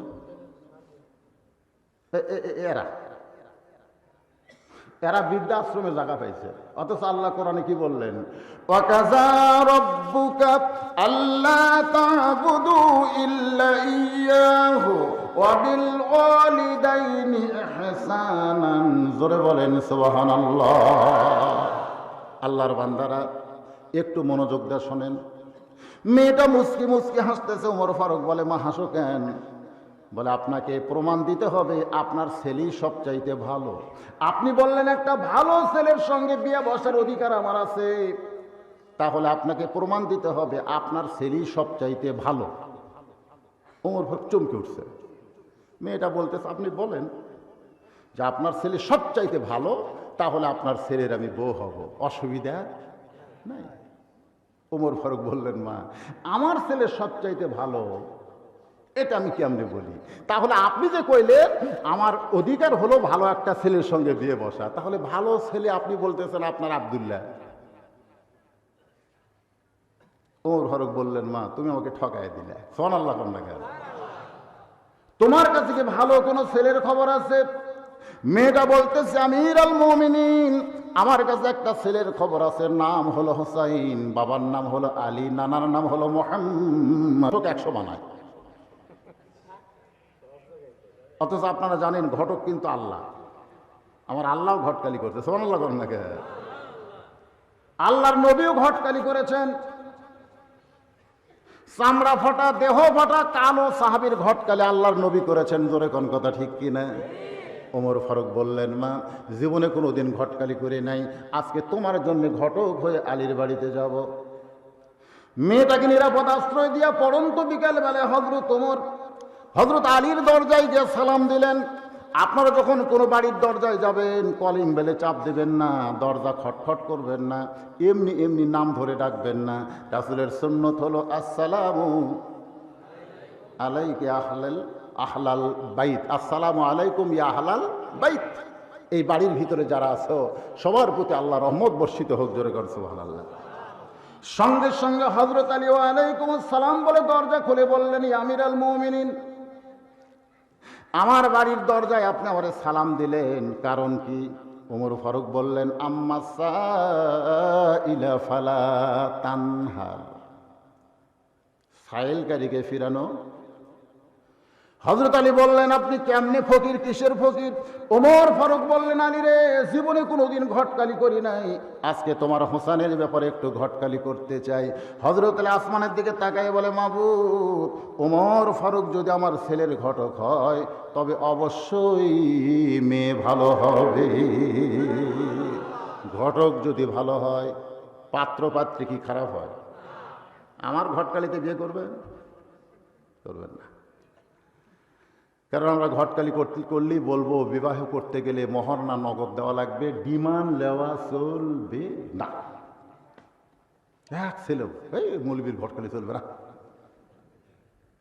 ওমর ফারুক বললেন, মেয়েটার যোগ্যতা হলো 6 বছর বয়সে ঈমান গ্রহণ করেছে, 12 বছর ঈমানের পরীক্ষা দিয়েছে জেলখানায়, সকালবেলা 3টা করে চাবুক, বিকেলবেলা 3টা করে চাবুক মারছে। এত নির্যাতনের পরেও মেয়েটা ঈমান হারা হয় নাই। হযরত আলী বলতেছে, আমিরুল মুমিনিন, আমি মনে মনে যেমন একটা মেয়ে খুঁজতেছিলাম, আপনি তেমন একটা মেয়ের খবর দিয়া দিলে। যদি আপনার ছেলেকে বিয়ে করাবার চান, যারা করাইছেন তাদের জন্য না, যারা এখনো করার নাই একটু মনোযোগ দিয়ে শুনবেন। আর যেই ছেলেরা এখনো বিবাহ করো নাই, জীবনে যদি বউটা ভালো না পাও, তোমার কোটি কোটি টাকা থাকতে পারে, এরপরও শাহেদ আলীর মতন তোমাকে জেলখানার মধ্যে ঢোকা লাগবে। কত স্বামী বইয়ের কারণে জেলখানাতে আছে আপনারা জানেন? অভাব। ঈদের দিনে বাড়িতে গিয়ে দেখে ম্যাডাম নাই, সাহেব, কাজের বুয়া বলতেছে, স্যার আসেন, সিমাই খান, বিরিয়ানি খান। ম্যাডাম কয় পাটিত গেছে, পাটিত। বউ আর পাটিত গেছে, আর কাজের মেয়েও খাওয়াবে। কোটি কোটি টাকার বাড়ির দিকে তাকায় বলে, হায় আফসোস, একটা ঈদের দিন ঘরের মধ্যে শান্তি নাই, বউ নাই। মনের দুঃখে পার্কে ঘুরতেছে। পার্কে যারা ঈদের দিনে ঘরে, এরা কিন্তু দুঃখী মানুষ। কিন্তু ঈদের একটা দিন, বছরের ভিতরে একদিন, সেই দিন তুই পার্কে ঘুরিস কেন? তো পার্কে ঘুরতে গিয়ে দেখে যে কলার পাতার উপরে এক ফকির আর ফকুরনি।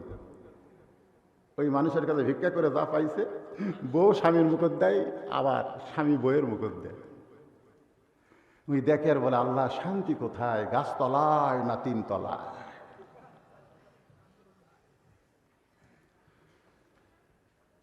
ওমর ফারুক বললেন, আলহামদুলিল্লাহ, তুমি যখন পছন্দ করেছো আলী, তাহলে আমার আর কোনো টেনশন। এই বলে হযরত ওমর যখন রওনা দেয়, ঘর থেকে হোসাইন বের হয়ে বলতেছে, আমিরুল মুমিনিন, আমার বাবা রাজি হইলেই বিয়ে হবে না, আমি রাজি কিনা আপনার জানতে হবে। সুবহানাল্লাহ না কেন? এই জন্য মেয়েদের ব্যাপারে শুধু বাপ মা রাজি থাকলে হবে না, যেই ছেলেকে যেই মেয়েকে আপনি বিবাহ দিবেন, সেই মেয়েরও মতের দরকার আছে না নাই? কারণ আল্লাহ রাসূল প্রত্যেকটা মেয়ের মত নিয়ে তারপরে বিয়ে দিয়েছে। সুবহানাল্লাহ খান। ওমর ফারুক বললেন, হোসাইন, তুমি কি বলতে চাও? হোসাইন বলতেছে, আমিরুল মুমিনিন, আপনি যেই মেয়ের খবর দিলেন, সেই মেয়েকে আমি বিবাহ করব কিনা? ওমর ফারুক বললেন, কেন করবা না? মেয়েটা 6 বছর বয়স ঈমান গ্রহণ করেছে, 12 বছর জেলখানায় বন্দি জীবন কাটাইছে, এরপরেও সেই মেয়েটাকে কেন বিবাহ করবে না? হোসাইন বলতেছে, আমিরুল মুমিনিন, আপনি আমার মুরব্বী, আমার বাবাও আমার মুরব্বী, আপনাদের 2 জনকে শুধু আমি জানি, আসল মুরব্বী হিসাবে কেবলমাত্র আমার নানাকে শুধু মানি, যাকে তাকে মানা যাবে না। আগে তাবলিগ ছিল এক দল, ধরেন কয় দল, এখন মুরব্বী 2টা হয়ে গেছে। আমার এলাকার এক গ্রুপ ইজতেমা করবে, আর এক গ্রুপ লাঠি লিয়ে খাড়া আছে। আমি খেলাম, কে রে ভাই, গন্ডগোল কেন? ওই মুরব্বী বেড়ে গেছে, মুরব্বী বেড়ে গেছে। কাদরিয়া, চিস্তিয়া, নকশবন্দিয়া, মোজাদ্দেদিয়া দিয়া, আই রে মুরব্বী রে। একদল যাচ্ছে আর জিকির করতেছে, লা ইলাহা ইল্লাল্লাহ, লা ইলাহা ইল্লাল্লাহ। আমি জিজ্ঞাসা করলাম, কে ভাই তোরা কোন দল? আমরা চিশতিয়া হুজুর, আমরা চিশতি। আর একদল যাচ্ছে আর বলতেছে আবার, দয়াল বাবার দরবারেতে কেউ ফিরে না খালি হাতে। আমি বললাম, তোরা কোন দল ভাই? আমরা মুজাদ্দিদিয়া হুজুর। এত মুরব্বী রে। হোসাইন বললেন, আপনার দুইজন আমার মুরব্বী, আপনিও মুরব্বী, আমার বাবাও মুরব্বী। আপনাদের দুইজনকে আমি জানি। আসল মুরব্বী হিসেবে কেবলমাত্র একমাত্র আমার নানাকেই মানি। আতিউল্লাহ ওয়া আতিউর রাসূল। জোরে বলেন সুবহানাল্লাহ। এত তরিকার দরকার নাই। একমাত্র তরিকা হলো মুহাম্মাদুর রাসূলুল্লাহ সাল্লাল্লাহু আলাইহি সাল্লাম। যদি আমরা এক তরিকার মধ্যে থাকতাম তাহলে আমাদের মধ্যে এত দলাদলি হতো? যখন হতো। ওমর ফারুক বলে, হোসাইন তুমি কি বলতে চাও? হোসেন বলতেছে, কয়েকদিন আগে আমি স্বপ্ন দেখলাম আমার নানা ঘরের মধ্যে আরাম করতেছে। আমি দরজা দিয়ে বললাম, নানু ভাই আমি হোসাইন একটু আপনার কাছে যাবার চাই। আমার নানা বলতেছে, আমি জান্নাতে আরাম করতেছি, এই মুহূর্তে তোর জন্য দরজা খুলতে পারবো না। আমি হোসাইন চমকে গেলাম। ভাঙ্গা ঘরের মধ্যে নানা শুয়ে আছে, আর নানা বলতেছে জান্নাতে আরাম করতেছি, এই জান্নাতটা কেমন? আমি জানলার ফাঁক দিয়ে তাকাই, দেখি আমার নানি উরাতকে বালিশ বানিয়ে দিচ্ছে, আর আমার নানা সেই বালিশে মাথা রেখে শুয়ে আছে। আমার নানি চুলের মধ্যে হাত দিয়ে বিলকি কাটতেছে। আমি রাগ করে বললাম, নানা ভাই নানির রাতে বালিশ বানিয়ে শুয়ে থাকলে কি জান্নাতে থাকা যায়? আল্লাহর নবী বললেন, হোসাইন তুই ছোট্ট মানুষ, তুই জানিস না তোর নানির মতন বউ যদি কেউ ঘরে পায়, ওই ঘরটা যেন আল্লাহর জান্নাত হয়ে যায়। স্টার জলসা জি বাংলা দেখা মার্কা বউ, এরা কি জান্নাত না জাহান্নাম? এখন বুঝতেছেন না, খালি মুড়িয়ে দেখেন, খালি মুড়িয়ে দেখেন। হয়তো বলবেন, হুজুর মুড়ে আবার দেখা যায়? অনেকে বলবে মুড়ে আবার দেখা যায়। মসজিদে বসে বসে নামাজ পড়ে এক মুরব্বী, জুমার দিনে দেখে ইমাম সাহেব মুরব্বী নাই। ইমাম মুসল্লির কইল, কে ভাই মুরব্বী বসে বসে নামাজ পড়ে? সে মুরব্বী কোন জায়গায়? অসুস্থ? না হুজুর, মুরব্বী জমির আল কাটতেছে। আল কাটা বোঝেন? জমির আল কাটা। ইমাম কয়, কে রে? বসে বসে যেই লোক নামাজ পড়ে, এখন দেখবেন সারাদিন রাস্তার ঘরে, বাজারে ঘরে, আর মসজিদ আসলে সিয়ারত বসে। এরকম কিছু লোক আছে না? নাই? তুই হেঁটে হেঁটে এসে সিয়ারত বসিস?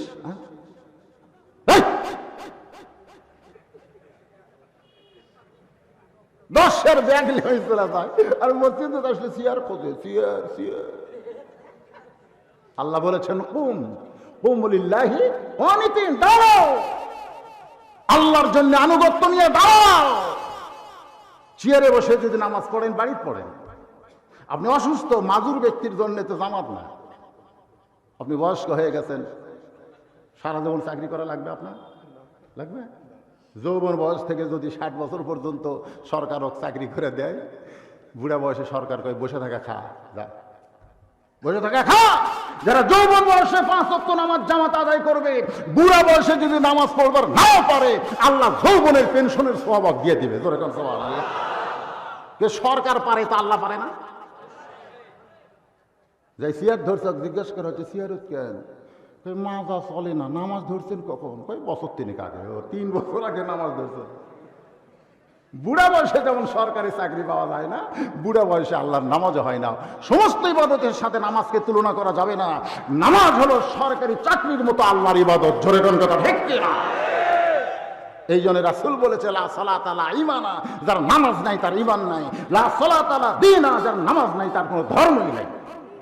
বাইনাল আবদি ওয়াল কুফরি তারকুস সালাত, বান্দার কাফেরের মধ্যে পৃথক করার জিনিসটার নামই হলো নামাজ। একটু মনোযোগ দিয়ে শুনবেন। বিরক্ত হচ্ছেন? মাঝে মধ্যে 2-1 একটু রাগ রূপ না করলে হয় না। বুড়া মানুষ বোঝেন না? হ্যাঁ, মনে কষ্ট নিয়ে না বাজান। তো এখন বসে বসে নামাজ পড়ে সেই লোক জমির আল কাটে।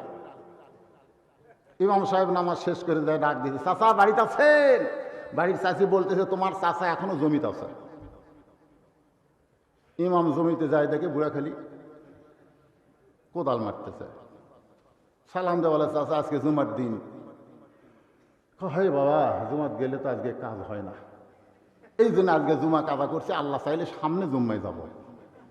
ইমাম বলতেছে চাচা বসে বসে নামাজ পড়েন আর খাড়া হয়ে কোদাল মারেন। মুরব্বী বলতেছে বাবা মসজিদে গেলে বল পাই না বাবা, কিন্তু কাজে বল পাই বাবা, নামাজে বল পাই না বাবা। কথার সাইজ দেখছে, নামাজে গেলে বল পায় না কিন্তু কাজও পায়, ওই হাটত ধরে ব্যাগ লিয়া সেটি বল আছে, মসজিদে গেলে চেয়ারে বসে, এই বল পায় না।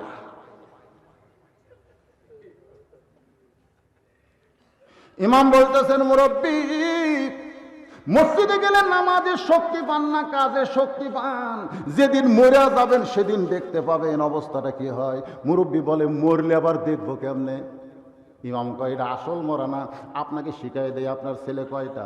বলে আমার 4টা ছেলে, তাদের জন্যই দুনিয়াতে এত কাজ কাম করতেছি। ইমাম বলে মরেই দেখেন বুঝতে পারবেন, এইভাবে আপনি মরেন। ইমাম শিখাই দিছে। মুরব্বী আবার সেই নিয়তে মৃত্যুর অভিনয় করতেছে। সকালবেলায় বড় ছেলে বাবার ঘরের দরজায় ডাক দেয়, আব্বা দরজা খোলেন। বাবার কোনো কথা নাই, বাবা মরার অভিনয় করতেছে দেখার জন্যে। ধরে কোন কিসের জন্যে? ছোট ছেলে এসে ডাকতেছে, বাবা দরজা খোলেন। বাবা দরজা খোলে না। সমস্ত ভাই একত্র হয়ে চিন্তা করে, যেই বাবাকে কোনোদিন ডাক দেওয়া লাগে না, আজকে সেই বাবা দরজা খোলে না। বাবার হলো কি? ঘরের দরজা খুলে দেখে বাবা ওরে তার মানে চাদর দিয়ে শুয়ে আছে। একজন বাবার পা নড়ায়, বাবা কথা কয় না। 4 ভাই একত্র হয়ে বলতেছে বাবা মরে গেছে, বাবা মরে গেছে। এক ভাই বলতেছে মরছে মরছে ঠিক আছে, কিন্তু 4 ঘর করে মরা দরকার। আমরা 4 ভাই ঘর করছে 3টা, তাহলে আর একটা ঘর কেন মরল না? মরবি মরবি ঘর একটা করেই মর। আরেক ভাই বলতেছে খালি ঘর কেন, জমি কেন লাগতো? 40 বিঘা 10 বিঘা করে পাইতাম, কিন্তু বুড়া মরছে মরছে 39 বিঘা কিনা থই মরে গেছে। এখন কি করা যায়? বড় ভাই বলতেছে যা করছে করছে, লাশটা বার করা লাগবে। চাদর টান দিয়ে দেখে মরছে মরছে, কিন্তু মরার সাইজ ভিন্ন, এইভাবে মরে আছে। ছোট ভাই বলতেছে ও ভাইজান, যেইভাবে বাবা মরছে, এই মরা বাবাকে বের করতে গেলে ঘরের দরজা কাটা লাগবে, এই দরজা দিয়ে তো এই লাশ বের করা যাবে না। আর এক ভাই বলতেছে দরজার দাম জানিস? দরজার দাম জানিস? এই দরজা কাটা যাবে না, এই দরজা ভাঙ্গা যাবে না, বরং বুড়ার হাত পাও ভাঙ্গা আমরা সোজা করে দিব। মরার আগে দরজা দেখে মরা উচিত ছিল। এই বলে 4 ভাই যখন বুড়ার দিকে আসতেছে, হাত পা ভাঙ্গা সোজা করবে, এমন সময় বুড়া মনে মনে চিন্তা করে মানুষ আসল মরলে আজরাইল একটা, কিন্তু মরার অভিনয় করে আজরাইল দেখতেছি 4টা। ইমাম বলেছে যখন হাত পা ভাঙবার আসবে তখন যেন আর অভিনয় করেন না। এবার মুরব্বী হাত চাড়া মারছে, 4 ভাই 4 দিক দিয়ে মারছে দৌড়। ইমাম কানতে কানতে, মুরব্বী কানতে কানতে ইমামের কাছে গিয়ে বলতেছে হুজুর জুমার নামাজ বাদ দিয়ে দুনিয়ার কাজ কাম করেছে যাদের জন্যে, তারা আমার হাত পাও ভাঙবে কিন্তু দরজা কাটবে না।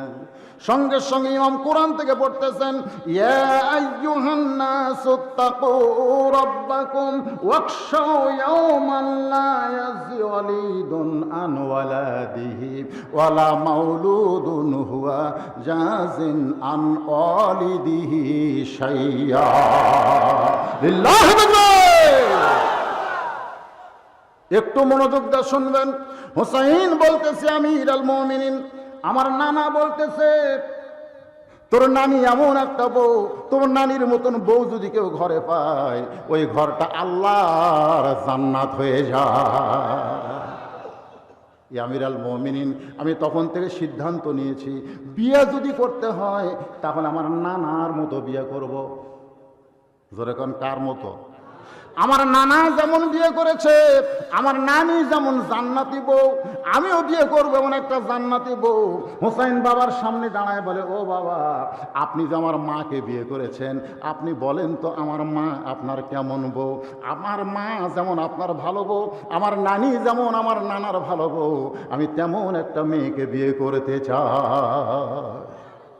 যারে তারে বিয়ে করব না, বিয়ের আগে দেখে শুনে। আমাকে এলাকায় গরু কিনবার গেলে, দুধের গরু কিনবার গেলে আগে নিচের দিকে তাকায়, নিচের দিকে দেখতেছে। গরুওয়ালা বলে চাচা কি দেখেন? দেখতেছি দুধ কেমন হবে। তো বলতেছে দেখা লাগবে না, আর মায়েরই বিশ্বাস হয়। তখন কয় তাহলে আর দেখবো না, মায়ের যদি বিশ্বাস হয়। দেখছেন, একটা দুধের গরু কিনবার যা মায়ের খোঁজ লাই রে।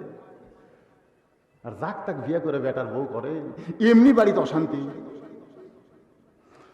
হোসেন বলতে যে বিয়ে যদি করতে হয় কার মতো, এ ধরে খান কার মতো, আমার নানা যেমন বিয়ে করেছে, ও বাবা আপনি যেমন বিয়ে করেছেন আমার মা, ঠিক এমন একটা মেয়েকে আমি বিয়ে করতে চাই। ভাবিয়া করিও কাজ করিয়া ভাবিও না, সবাই বলেন ভাবিয়া করিও কাজ করিয়া ভাবিও না। ইন্না লিল্লাহি ওয়া ইন্না ইলাইহি রাজিউন। প্রত্যেকটা বিয়াতে এই আয়াত পড়া দরকার, কারণ যে বিয়াতে ডিমান্ড লগত মহারণা বাকি, এটা কি রহমত না গজব? এজোরে কোন রহমত না গজব? ওমর ফারুক বললেন হোসাইন, আমি যে মেয়ের ঘটকালি করতেছি আমার বিশ্বাস এই মেয়েটা তোমার পছন্দ হবে।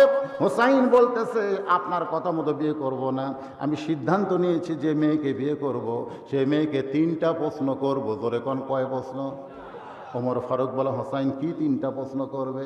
হোসাইন বলতেছে শুধু মেয়ের সামনেই প্রশ্ন আউট হবে, অন্য কারুর সামনে প্রশ্ন করা যাবে না। ওমর ফারুক বলে আলী তোমার হোসাইন যে 3টা প্রশ্ন করবে তুমি কি জানো? আলী বলতেছে আমি জীবনেও শুনিনি।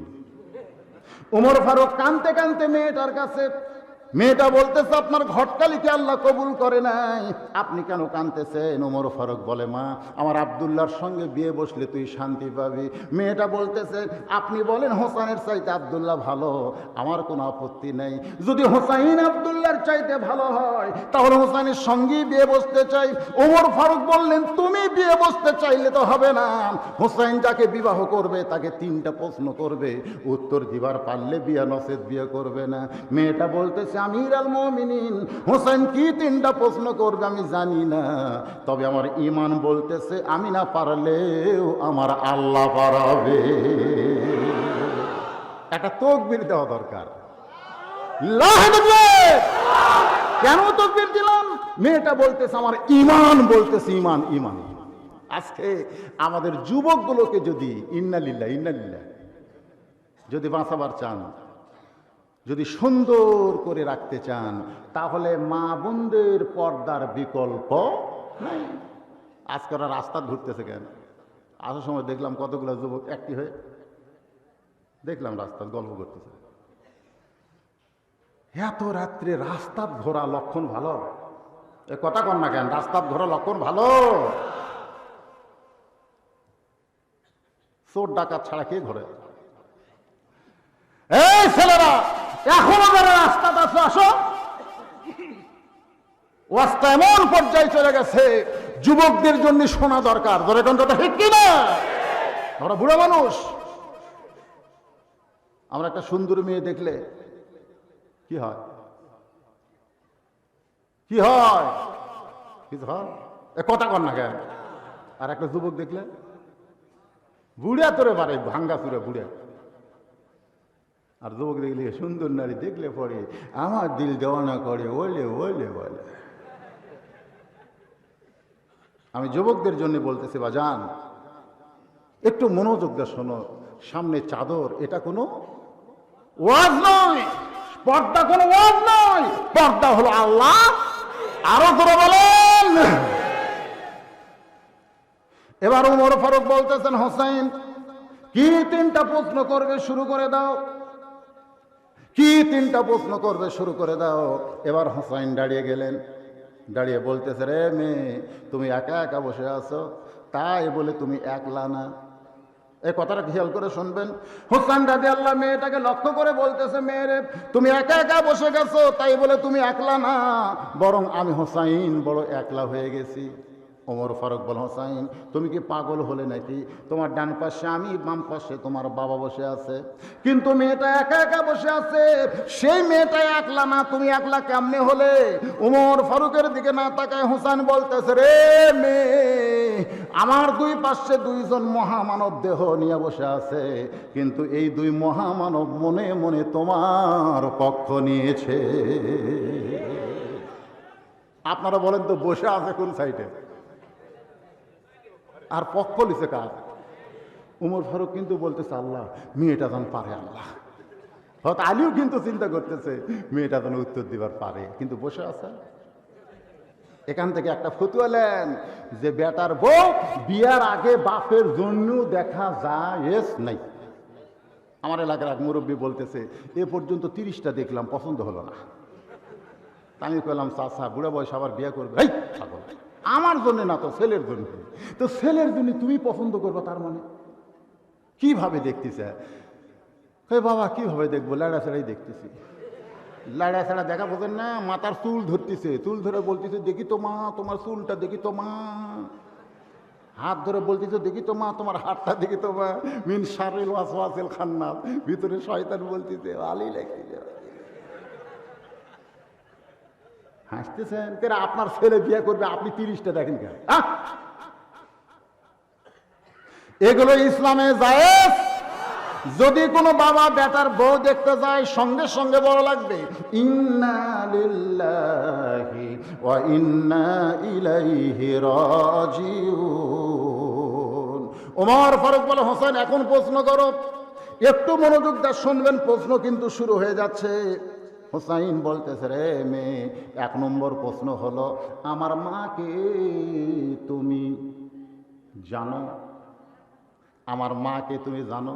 হোসেন বলতে পারতো আমার বাবাকে তুমি জানো, কিন্তু বাবার কথা না বলে মায়ের কথা বললেন। এর পিছনে কারণ আছে না নাই? কারণ মা যদি ভালো হয় সন্তান ভালো হবে। কোনো কিতাবে কেউ কোনোদিন বলল না বাবা যদি ভালো হয় সন্তান ভালো হবে, এ কথা শুনছেন? বরং মা যদি ভালো হয়, এ জোরেকান মা যদি ভালো হয়, তাহলে আমাদের সেই মাগুলোকে ভালো করার দরকার আছে না নাই? আজকে সেই মাগুলোকে নষ্ট করার একটা প্রতিযোগিতা চলতেছে। আমার মায়ের একটু খেয়াল করেন। হোসেন 1 নম্বর প্রশ্ন করলো রে মেয়ে আমার মাকে তুমি জানো? সঙ্গে সঙ্গে মেয়েটা বলতে হোসাইন আপনার মাকে আমি চিনি। উমর ফারুক জিব্বাত কামড় খাইছে, হযরত আলী চোখের পানি বের করে কাঁদতেছে, আর হুসাইন মুচকি মুচকি হাসতেছে। 3 বিচারকের 3 রকম চেহারা হয়েছে, কারণ এমন একটা উত্তর দিছে। আপনারা খেয়াল করেন তো, হুসাইন কিন্তু প্রশ্ন করেছে আমার মাকে তুমি জানো, আর মেয়েটা উত্তর দিল আমি আপনার মাকে চিনি।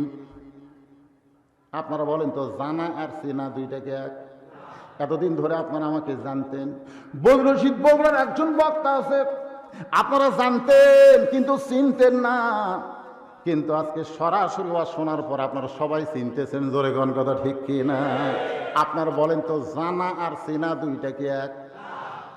নামাজের মাধ্যমে মানুষ আল্লাহকে চিনতে পারে, রোজার মাধ্যমে আল্লাহ জানা যায়, যাকাতের মাধ্যমে আল্লাহ জানা যায়, দান সাদকার মাধ্যমে, হজের মাধ্যমে আল্লাহকে জানা যায়।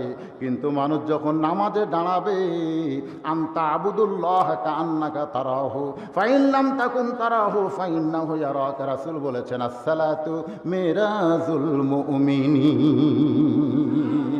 একটা হলো জানা আর একটা হলো চিনা।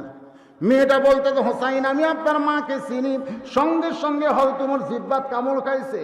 হযরত আলীর চোখ দিয়ে দর দর করে পানি পড়তেছে, আর হোসাইন মুচকি মুচকি হাসতেছে। আপনারা বলেন তো 3 বিচারক কয় রকম? আরো জোরে কোন হবে? 3 বিচারক যদি 3 রকম রায় দেয়, বাংলাদেশের হাইকোর্টের খবর আপনারা জানেন না? কেউ রায় দেয় ফাঁসির, আবার কেউ বিব্রত বোধ করে। 3 বিচারক যখন 3 রকম হয়ে গেছে, এমন সময় হযরত আলী চোখের পানি নিয়ে দাঁড়াইছে। সুবহানাল্লাহ কোন? চোখের পানি নিয়ে বলতেছে রে মেয়ে কি সর্বনাশা উত্তর দিলি, আমি স্বামী হইয়া আজও পর্যন্ত হোসেনের মাকে চিনতে পারলাম না, আমি স্বামী হইয়া যে মেয়েটাকে চিনতে পারলাম না, আর তুই একজন পর মেয়ে হয়ে কেমনে হোসেনের মারে চিনবি? আমি স্বামী হইয়া চিনতে পারলাম না। স্বামী হয়ে চিনতে পারেন? গভীর রাত্রে হযরত আলী ঘুম থেকে চেতন পায় দেখে ফাতেমা নাই। আচ্ছা রাত্রেবেলা স্বামী চেতন পায়, বউ যদি কাছে না থাকে যত বড় পীর সাহেব হোক,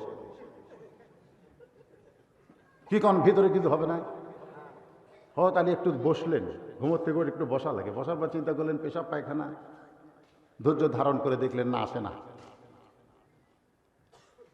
আর ধৈর্য না ধরে দরজাত গেলেন। দরজাত গিয়ে তাকায় দেখে মরুভূমির ভিতরে কালো চাদর গায়ে দিয়ে রাত্রেবেলা খুব জোরে জোরে ফাতেমা হাঁটতেছে। হযরত আলীর সন্দেহ হয়ে গেল, এদিকে কিসের শব্দ হয়? পোলাবান, আচ্ছা আচ্ছা, ছোট বাচ্চাদেরকে আপনারা ধরে নিয়ে এসে বসে দেন, নাই বাড়ি দিয়ে পাঠান, অত কিছু বুঝবে না। আর ভিতরে না ঢুকলে বোঝাও আসলে এটা একটা ভিতর, ঘরের মধ্যে কি আছে, সিন্ধুকের ভিতরে কি আছে, এটা ভিতরে না ঢুকলে বোঝা যায় না। আপনারা যারা ভিতরে ঢুকছেন তারা বুঝতেছেন, বাইরে তারা বুঝবে না। তো কি বলতেছিলাম, খুব জোরে জোরে কালো চাদর গায়ে দেয়া ফাতেমা দৌড়াইতেছে। গভীর রাত্রে হযরত আলীর সন্দেহ হয়ে গেল, আমাকে ঘুমের মধ্যে রেখে ফাতেমা যাবে কোন জায়গায়, নিরাপদ দূরত্ব বজায় রেখে পিছনে পিছনে হাঁটতেছে। আল্লাহর নবী যে ঘরে ঘুমায় ওই ঘরের জানলার পাশে ফাতেমা দাঁড়াইছে। মনে মনে সন্দেহ, আমার বিরুদ্ধে বাবার কাছে মনে হয় কিছু বলবার আছে। আল্লাহর নবী শুধু নবী ছিলেন না, পৃথিবীর একজন শ্রেষ্ঠ বাবা ছিলেন। জোরে কোন কথা ঠিক কি না? ফাতেমা করুণ স্বরে বলতেছে, বাবা আমি কোনো নবীর কাছে আসি নাই, আমি গভীর রাত্রে কোনো নবীর কাছে আসি নাই, আমি এসেছি আমার বাবার কাছে, আমার দুঃখের কিছু বলতে চাই। এই কথা যেই মাত্র ফাতেমা কইছে, সঙ্গে সঙ্গে নবী আমার ঘরের দরজা খুলে দিছে। যেই দরজা খুলেছে হযরত আলী ওই জানলার পাশে কানটা লাগায় চুপটি করে দাঁড়ায় আছে। দেখি আমার বিরুদ্ধে মেয়ে বাপের কাছে কি বলে। হয়তো এভাবে কান দিয়ে আছে। এমন সময় আল্লাহর নবী বলতেছেন, ফাতেমা তুমি একা একা ঘরে কেন ঢুকলে মা? আলীকেও ঘরের মধ্যে নিয়ে আসো। হযরত আলী জানলার চুম করছে, কে রে? আমি জানলার কাছে, এটা নবী কেমনে দেখলাম?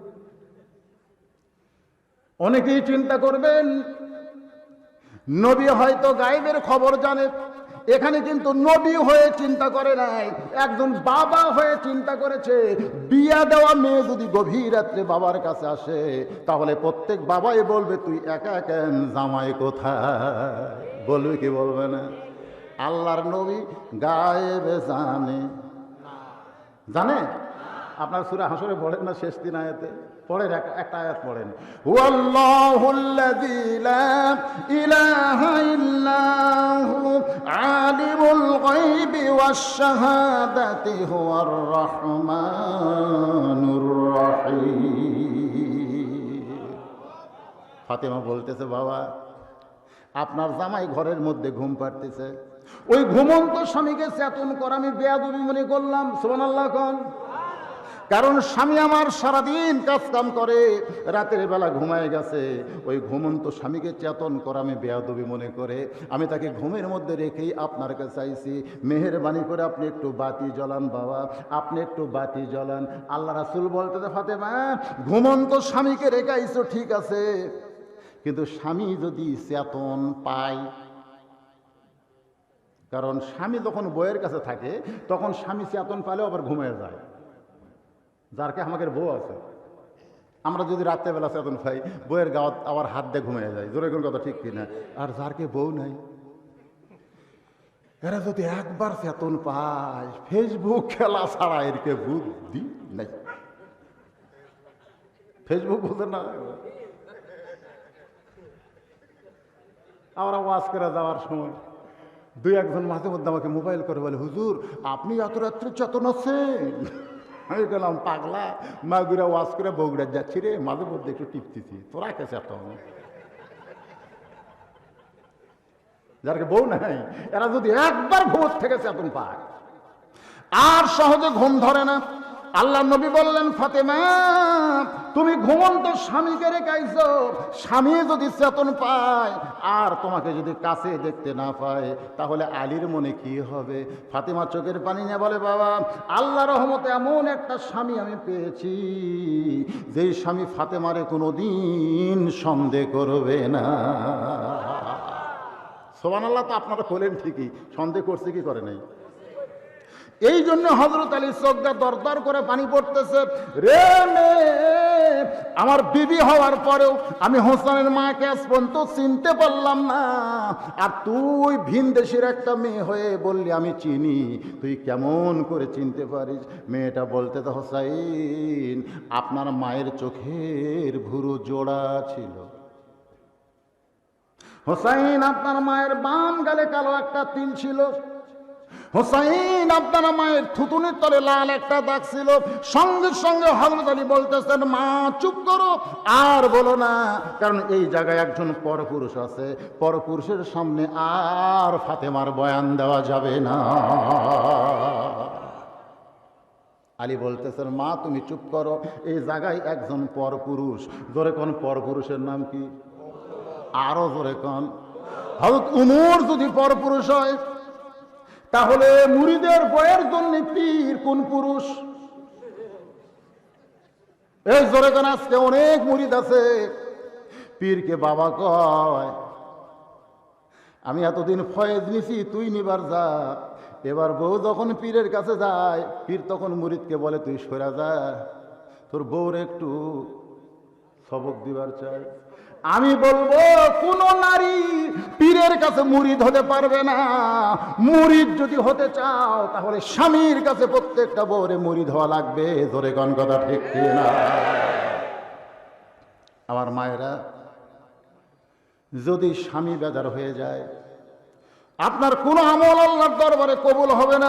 একটু মনোযোগ দিয়ে শোনেন।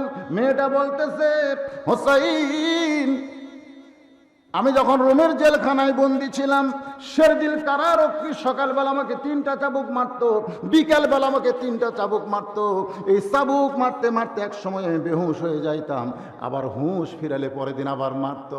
আমি এক সময় বলতাম, আল্লাহ, এই রোমের জেলখানার মধ্যে বন্দি থাকলাম, আমাকে দেখার মতন দুনিয়াতে কেউ নাই। ও মাবুদ গো, আর কষ্ট সইতে পারি না। মেয়েটা বলে, হোসাইন, কানতে কানতে আমি যখন বেহুশ হয়ে পড়ে গেছি, ওই অবস্থায় দেখি আমার শিয়রের পাশে নূরের একটা পুতুল বসে বসে কানতেছে। আমি স্বপ্নের মধ্যে বললাম, কে গো আপনি? জান্নাতের হুরি না বেহেশতের পরী?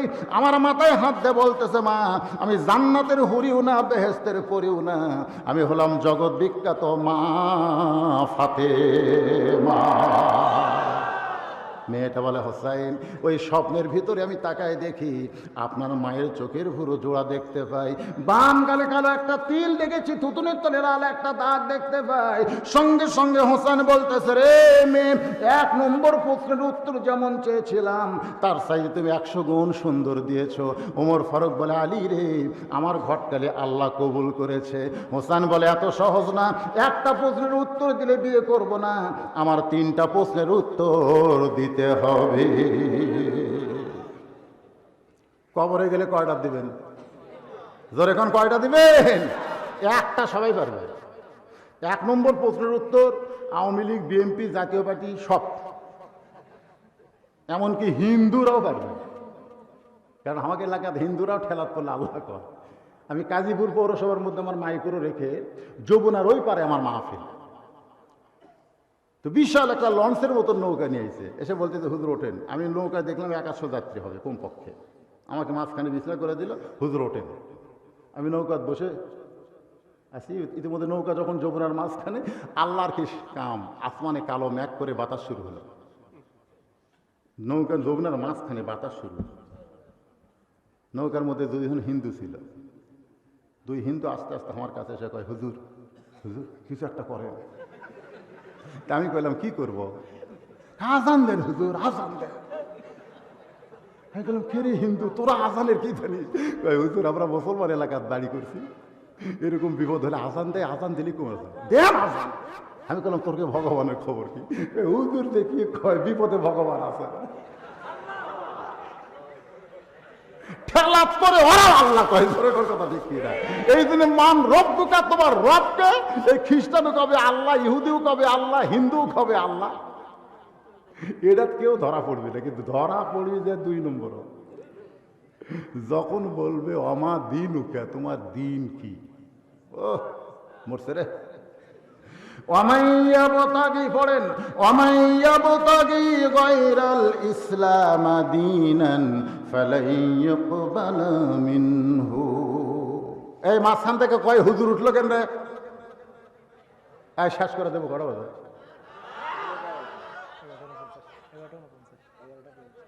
না না, ওটা বসা কেন? 1 নম্বর পেশাব, ডায়াবেটিস আমার। আমি যদি সভাপতি ভাইয়ের থুয়া বলি যে ভাই 5টা মিনিটের জন্য মাইক ধরেন, আমি খালি পেশাব করে উদু করে আসতেছি, আপনারা আগামীকাল গোটা এলাকায় খবর দিবেন এমন একটা বক্তা ছিল রে, ওয়াজ করতে করতে পেশাব করবার যায়। আজ পর্যন্ত বাংলাদেশে কোনো বক্তা শ্রোতা করক রাইখা পেশাব করবার যায়নি, কিন্তু আপনারা শ্রোতারা বক্তা ছুঁয়ে পেশাব করবার যান। এখানে কোনো আদায় নাই, কোনো কিছু নাই। 12টার মধ্যে শেষ করলেও কমিটি আমার কিছু বলতে পারবে না, কিন্তু আমি নিয়ত করেছি হায়াতের শেষ পর্যায়ে এসে ওয়াজটা করেই যাই। তাতে যদি 12:30 বাজে কি হবে? শ্রীপুর যদি আমাকে 1টার দিকে তুলে দেবার পারে, আর আজকে উঠছি 10টার সময়, না আপনারা ওঠা বসা করবেন না। মারাত্মক কথা হচ্ছে, সকলে আমার সঙ্গে পড়েন। ইযা আসাবাতুহুম মুসিবাতুন ক্বালু ইন্না লিল্লাহি ওয়া ইন্না ইলাইহি রাজিউন। তার মানে কি বোঝা গেল? কবরে একটা প্রশ্নের উত্তর সবাই পারবে, ঠিক কিনা কোন? হোসেন বলতেছে 1 নম্বর উত্তর দিলি বিয়া হবে, 3টা প্রশ্নের উত্তর দেওয়া লাগবে। ওমর ফারুক বলে হোসাইন তাহলে তুমি 2 নম্বর প্রশ্ন করো। আল্লাহর বান্দারা, এই 2 নম্বর প্রশ্ন একটু প্যাথেটিক, একটু মনোযোগ দিয়ে শুনবেন। হোসাইন বলতেছে রে মেয়ে, আমার 2 নম্বর প্রশ্ন হলো 6 বছর বয়সে তুমি ঈমান গ্রহণ করলে, 6 বছর বয়সে তুমি ঈমান গ্রহণ করলে, ঈমান গ্রহণ করার অপরাধে 12 বছর তোমাকে জেলখানায় বন্দি রাখা হলো। আমার প্রশ্ন হলো 6 বছর বয়সে ঈমান নামক মহামূল্যবান নিয়ামত তুমি কেমনে পেলে? ঈমান কিন্তু মহামূল্যবান একটা নিয়ামত, এই 6 বছর বয়সে তুমি কেমনে পেলে? ফেরেশতা তোমাকে ঈমানের দাওয়াত দিল না আল্লাহ দিছে না কে দিল? কি কারণে 6 বছর বয়স ঈমান নামক মহামূল্যবান নিয়ামত তুমি কেমনে পেলে? মেয়েটা ছোট বাচ্চার মতন ফুফায় ফুফায় কান্দে। ওমর ফারুক বলে মা কান্দো না, উত্তর দাও যেই প্রশ্ন আমার করা দরকার ছিল। 2 পাহাড়ের মাঝখানে যখন তোমার সঙ্গে আমার দেখা, তুমি যখন বললে 6 বছর বয়স ঈমান গ্রহণ করেছি, 12 বছর জেলখানায় বন্দি ছিলাম, তখন আমারই প্রশ্ন করা দরকার ছিল, সেই প্রশ্ন আমি করতে পারি নাই, প্রশ্ন করলো হোসাইন। এবার মেয়েটা বলতেছে আমিরুল মুমিনিন, আমি দুনিয়ার সাধারণ কোনো মানুষের সন্তান নই, আমি দুনিয়ার সাধারণ কোনো মানুষের সন্তান নই। আমার দাদা হলো রোম সম্রাট কাইসার। সুবহানাল্লাহ। আমার দাদা পড়ন্ত বিকাল বেলায় অন্দর মহলে গিয়ে আমার কাছে দাঁড়ায় বলে নাতনি রে, আজকে রোমের রাজদরবারে একটা খেলা হবে, যেরকম আপনাদের এলাকায় কয়েকদিন আগে নৌকা খেলা হলো। জোরে কোন কি খেলা? রোমের রাজ দরবারে একটা খেলা হবে, এই খেলা কি তুই দেখতে যাবি? মেয়েটা বলে হোসাইন 6 বছরের ছোট্ট বাচ্চা, আমি খেলা দেখার জন্য দাদার সঙ্গে রাজ দরবারে এসে দেখি দাদার সিংহাসনের পাশে আমার এই ছোট্ট একটা চেয়ারে বসতে দিল। আমি চেয়ারে বসেই বললাম দাদু ভাই খেলার কথা বললেন, খেলাটা এখন কোন জায়গায়? আমার দাদা বলে ওই যে তাকায় দেখ। মেয়েটা বলে হোসাইন ওই 6 বছর বয়স আমি তাকায় দেখি একটা মানুষের 2টা চোখ কালো কাপড় দিয়ে বেঁধে রাখছে, ওই মানুষের 2টা হাত লোহার শিকল দিয়ে আটকায় রাখছে, ওই 2 মানুষের 2টা পা লোহার শিকল দিয়ে আটকায় রাখছে।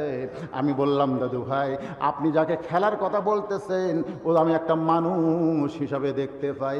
আমার দাদা বলে তুই ছোট্ট মানুষ, তুই বুঝবি না, ওইটা মানুষ না, ওইটা মানুষ না, ওইটা হইল একটা মুসলমান। মেয়েটা বলতে তো হোসাইন ইহুদি খ্রিস্টান যারা, তারা মুসলমানকে মানুষ মনে করে না। এখনো গোটা পৃথিবীতে ইহুদি বলেন খ্রিস্টান বলেন, এমন কি ভারতের হিন্দু বলেন, যারাই বলেন না ভাই, মুসলমানকে এরা মানুষ মনে করে। কথা কন করে, হয় জঙ্গি কবে, অন্য একটা উপাধি দিবে, কিন্তু এরাও যে মানুষ। ছোট্ট মেয়ে বলতে তো হোসাইন, ওই 6 বছর বয়স আমার দাদা বলতেছে ওটা মানুষ না, ওইটা হলো মুসলমান। আমি তখন বললাম, দাদা ওই মুসলমানকে নিয়ে আপনি কি খেলা খেলবেন? আমার দাদা বলে, ওই যে তাকায় দেখ। মেয়েটা বলে, হোসেন আমি তাকায় দেখি একটা আগুনের চুলা দাও দাও করে আগুন জ্বলতেছে, ওই চুলার উপর একটা ডেকচি দিছে, মনে মনে তেল তার ভিতরে, ওই নিচের আগুনের তাপে তেলগুলো টকবক টকবক করতেছে। আমার দাদা বলতেছে, নাতনি রে আজকের খেলা হলো ওই জীবন্ত মুসলমানকে তেলের মধ্যে ফেলে দেব, ওই মুসলমান তেলে পুড়ে পুড়ে মরে যাবে। আজকের খেলার নাম হলো মুসলমান মারার খেলা।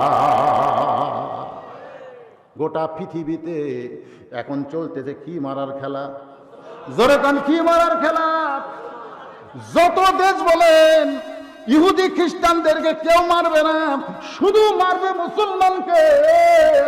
রোম সম্রাট কাইসার বলে, নাতনি রে আজকের খেলার নাম হলো মুসলমান মারার খেলা। আমি তখন বললাম, দাদু ভাই ওই মুসলমানকে না মাইরা কি ছেড়ে দেওয়া যায় না? আমার দাদা বলতেছে 100 বার যায়। আমি চমকে বললাম, তাহলে ছাইড়া দেন। আমার দাদা বলে, নাতনি রে ওই মুসলমানকে এক শর্তে ছাড়তে পারি, যদি মুসলমান একটা বারের জন্য বলে আল্লাহ রাসূল মানি না। শুধু একটা বারের জন্য যদি বলে আল্লাহ রাসূল মানি না, তাহলে মুসলমানকে আমি মুক্ত করে দিব। মেয়েটা বলে, হোসাইন আমি জীবনের মূল্য বেশি মনে করে ওই 6 বছর বয়সে মুসলমানের কাছে গিয়ে বললাম, মুসলমান তুমি যদি বাঁচতে চাও তাহলে একটা বারের জন্য বলো আল্লাহ রাসূল মানি না। সঙ্গে সঙ্গে মুসলমান চিৎকার করে বলে, মা মুসলমান যারা হবে, মুসা নবী বলেছে আল্লাহ মৃত্যুকে পছন্দ করার 2 নম্বর কারণ হলো আমার মৃত্যুটা কেবলমাত্র আল্লাহর জন্য অক্ষ করেছি। আল্লাহ বলে, মুসা মৃত্যুকে পছন্দ করার 3 নম্বর কারণ কি? শুনবেন না?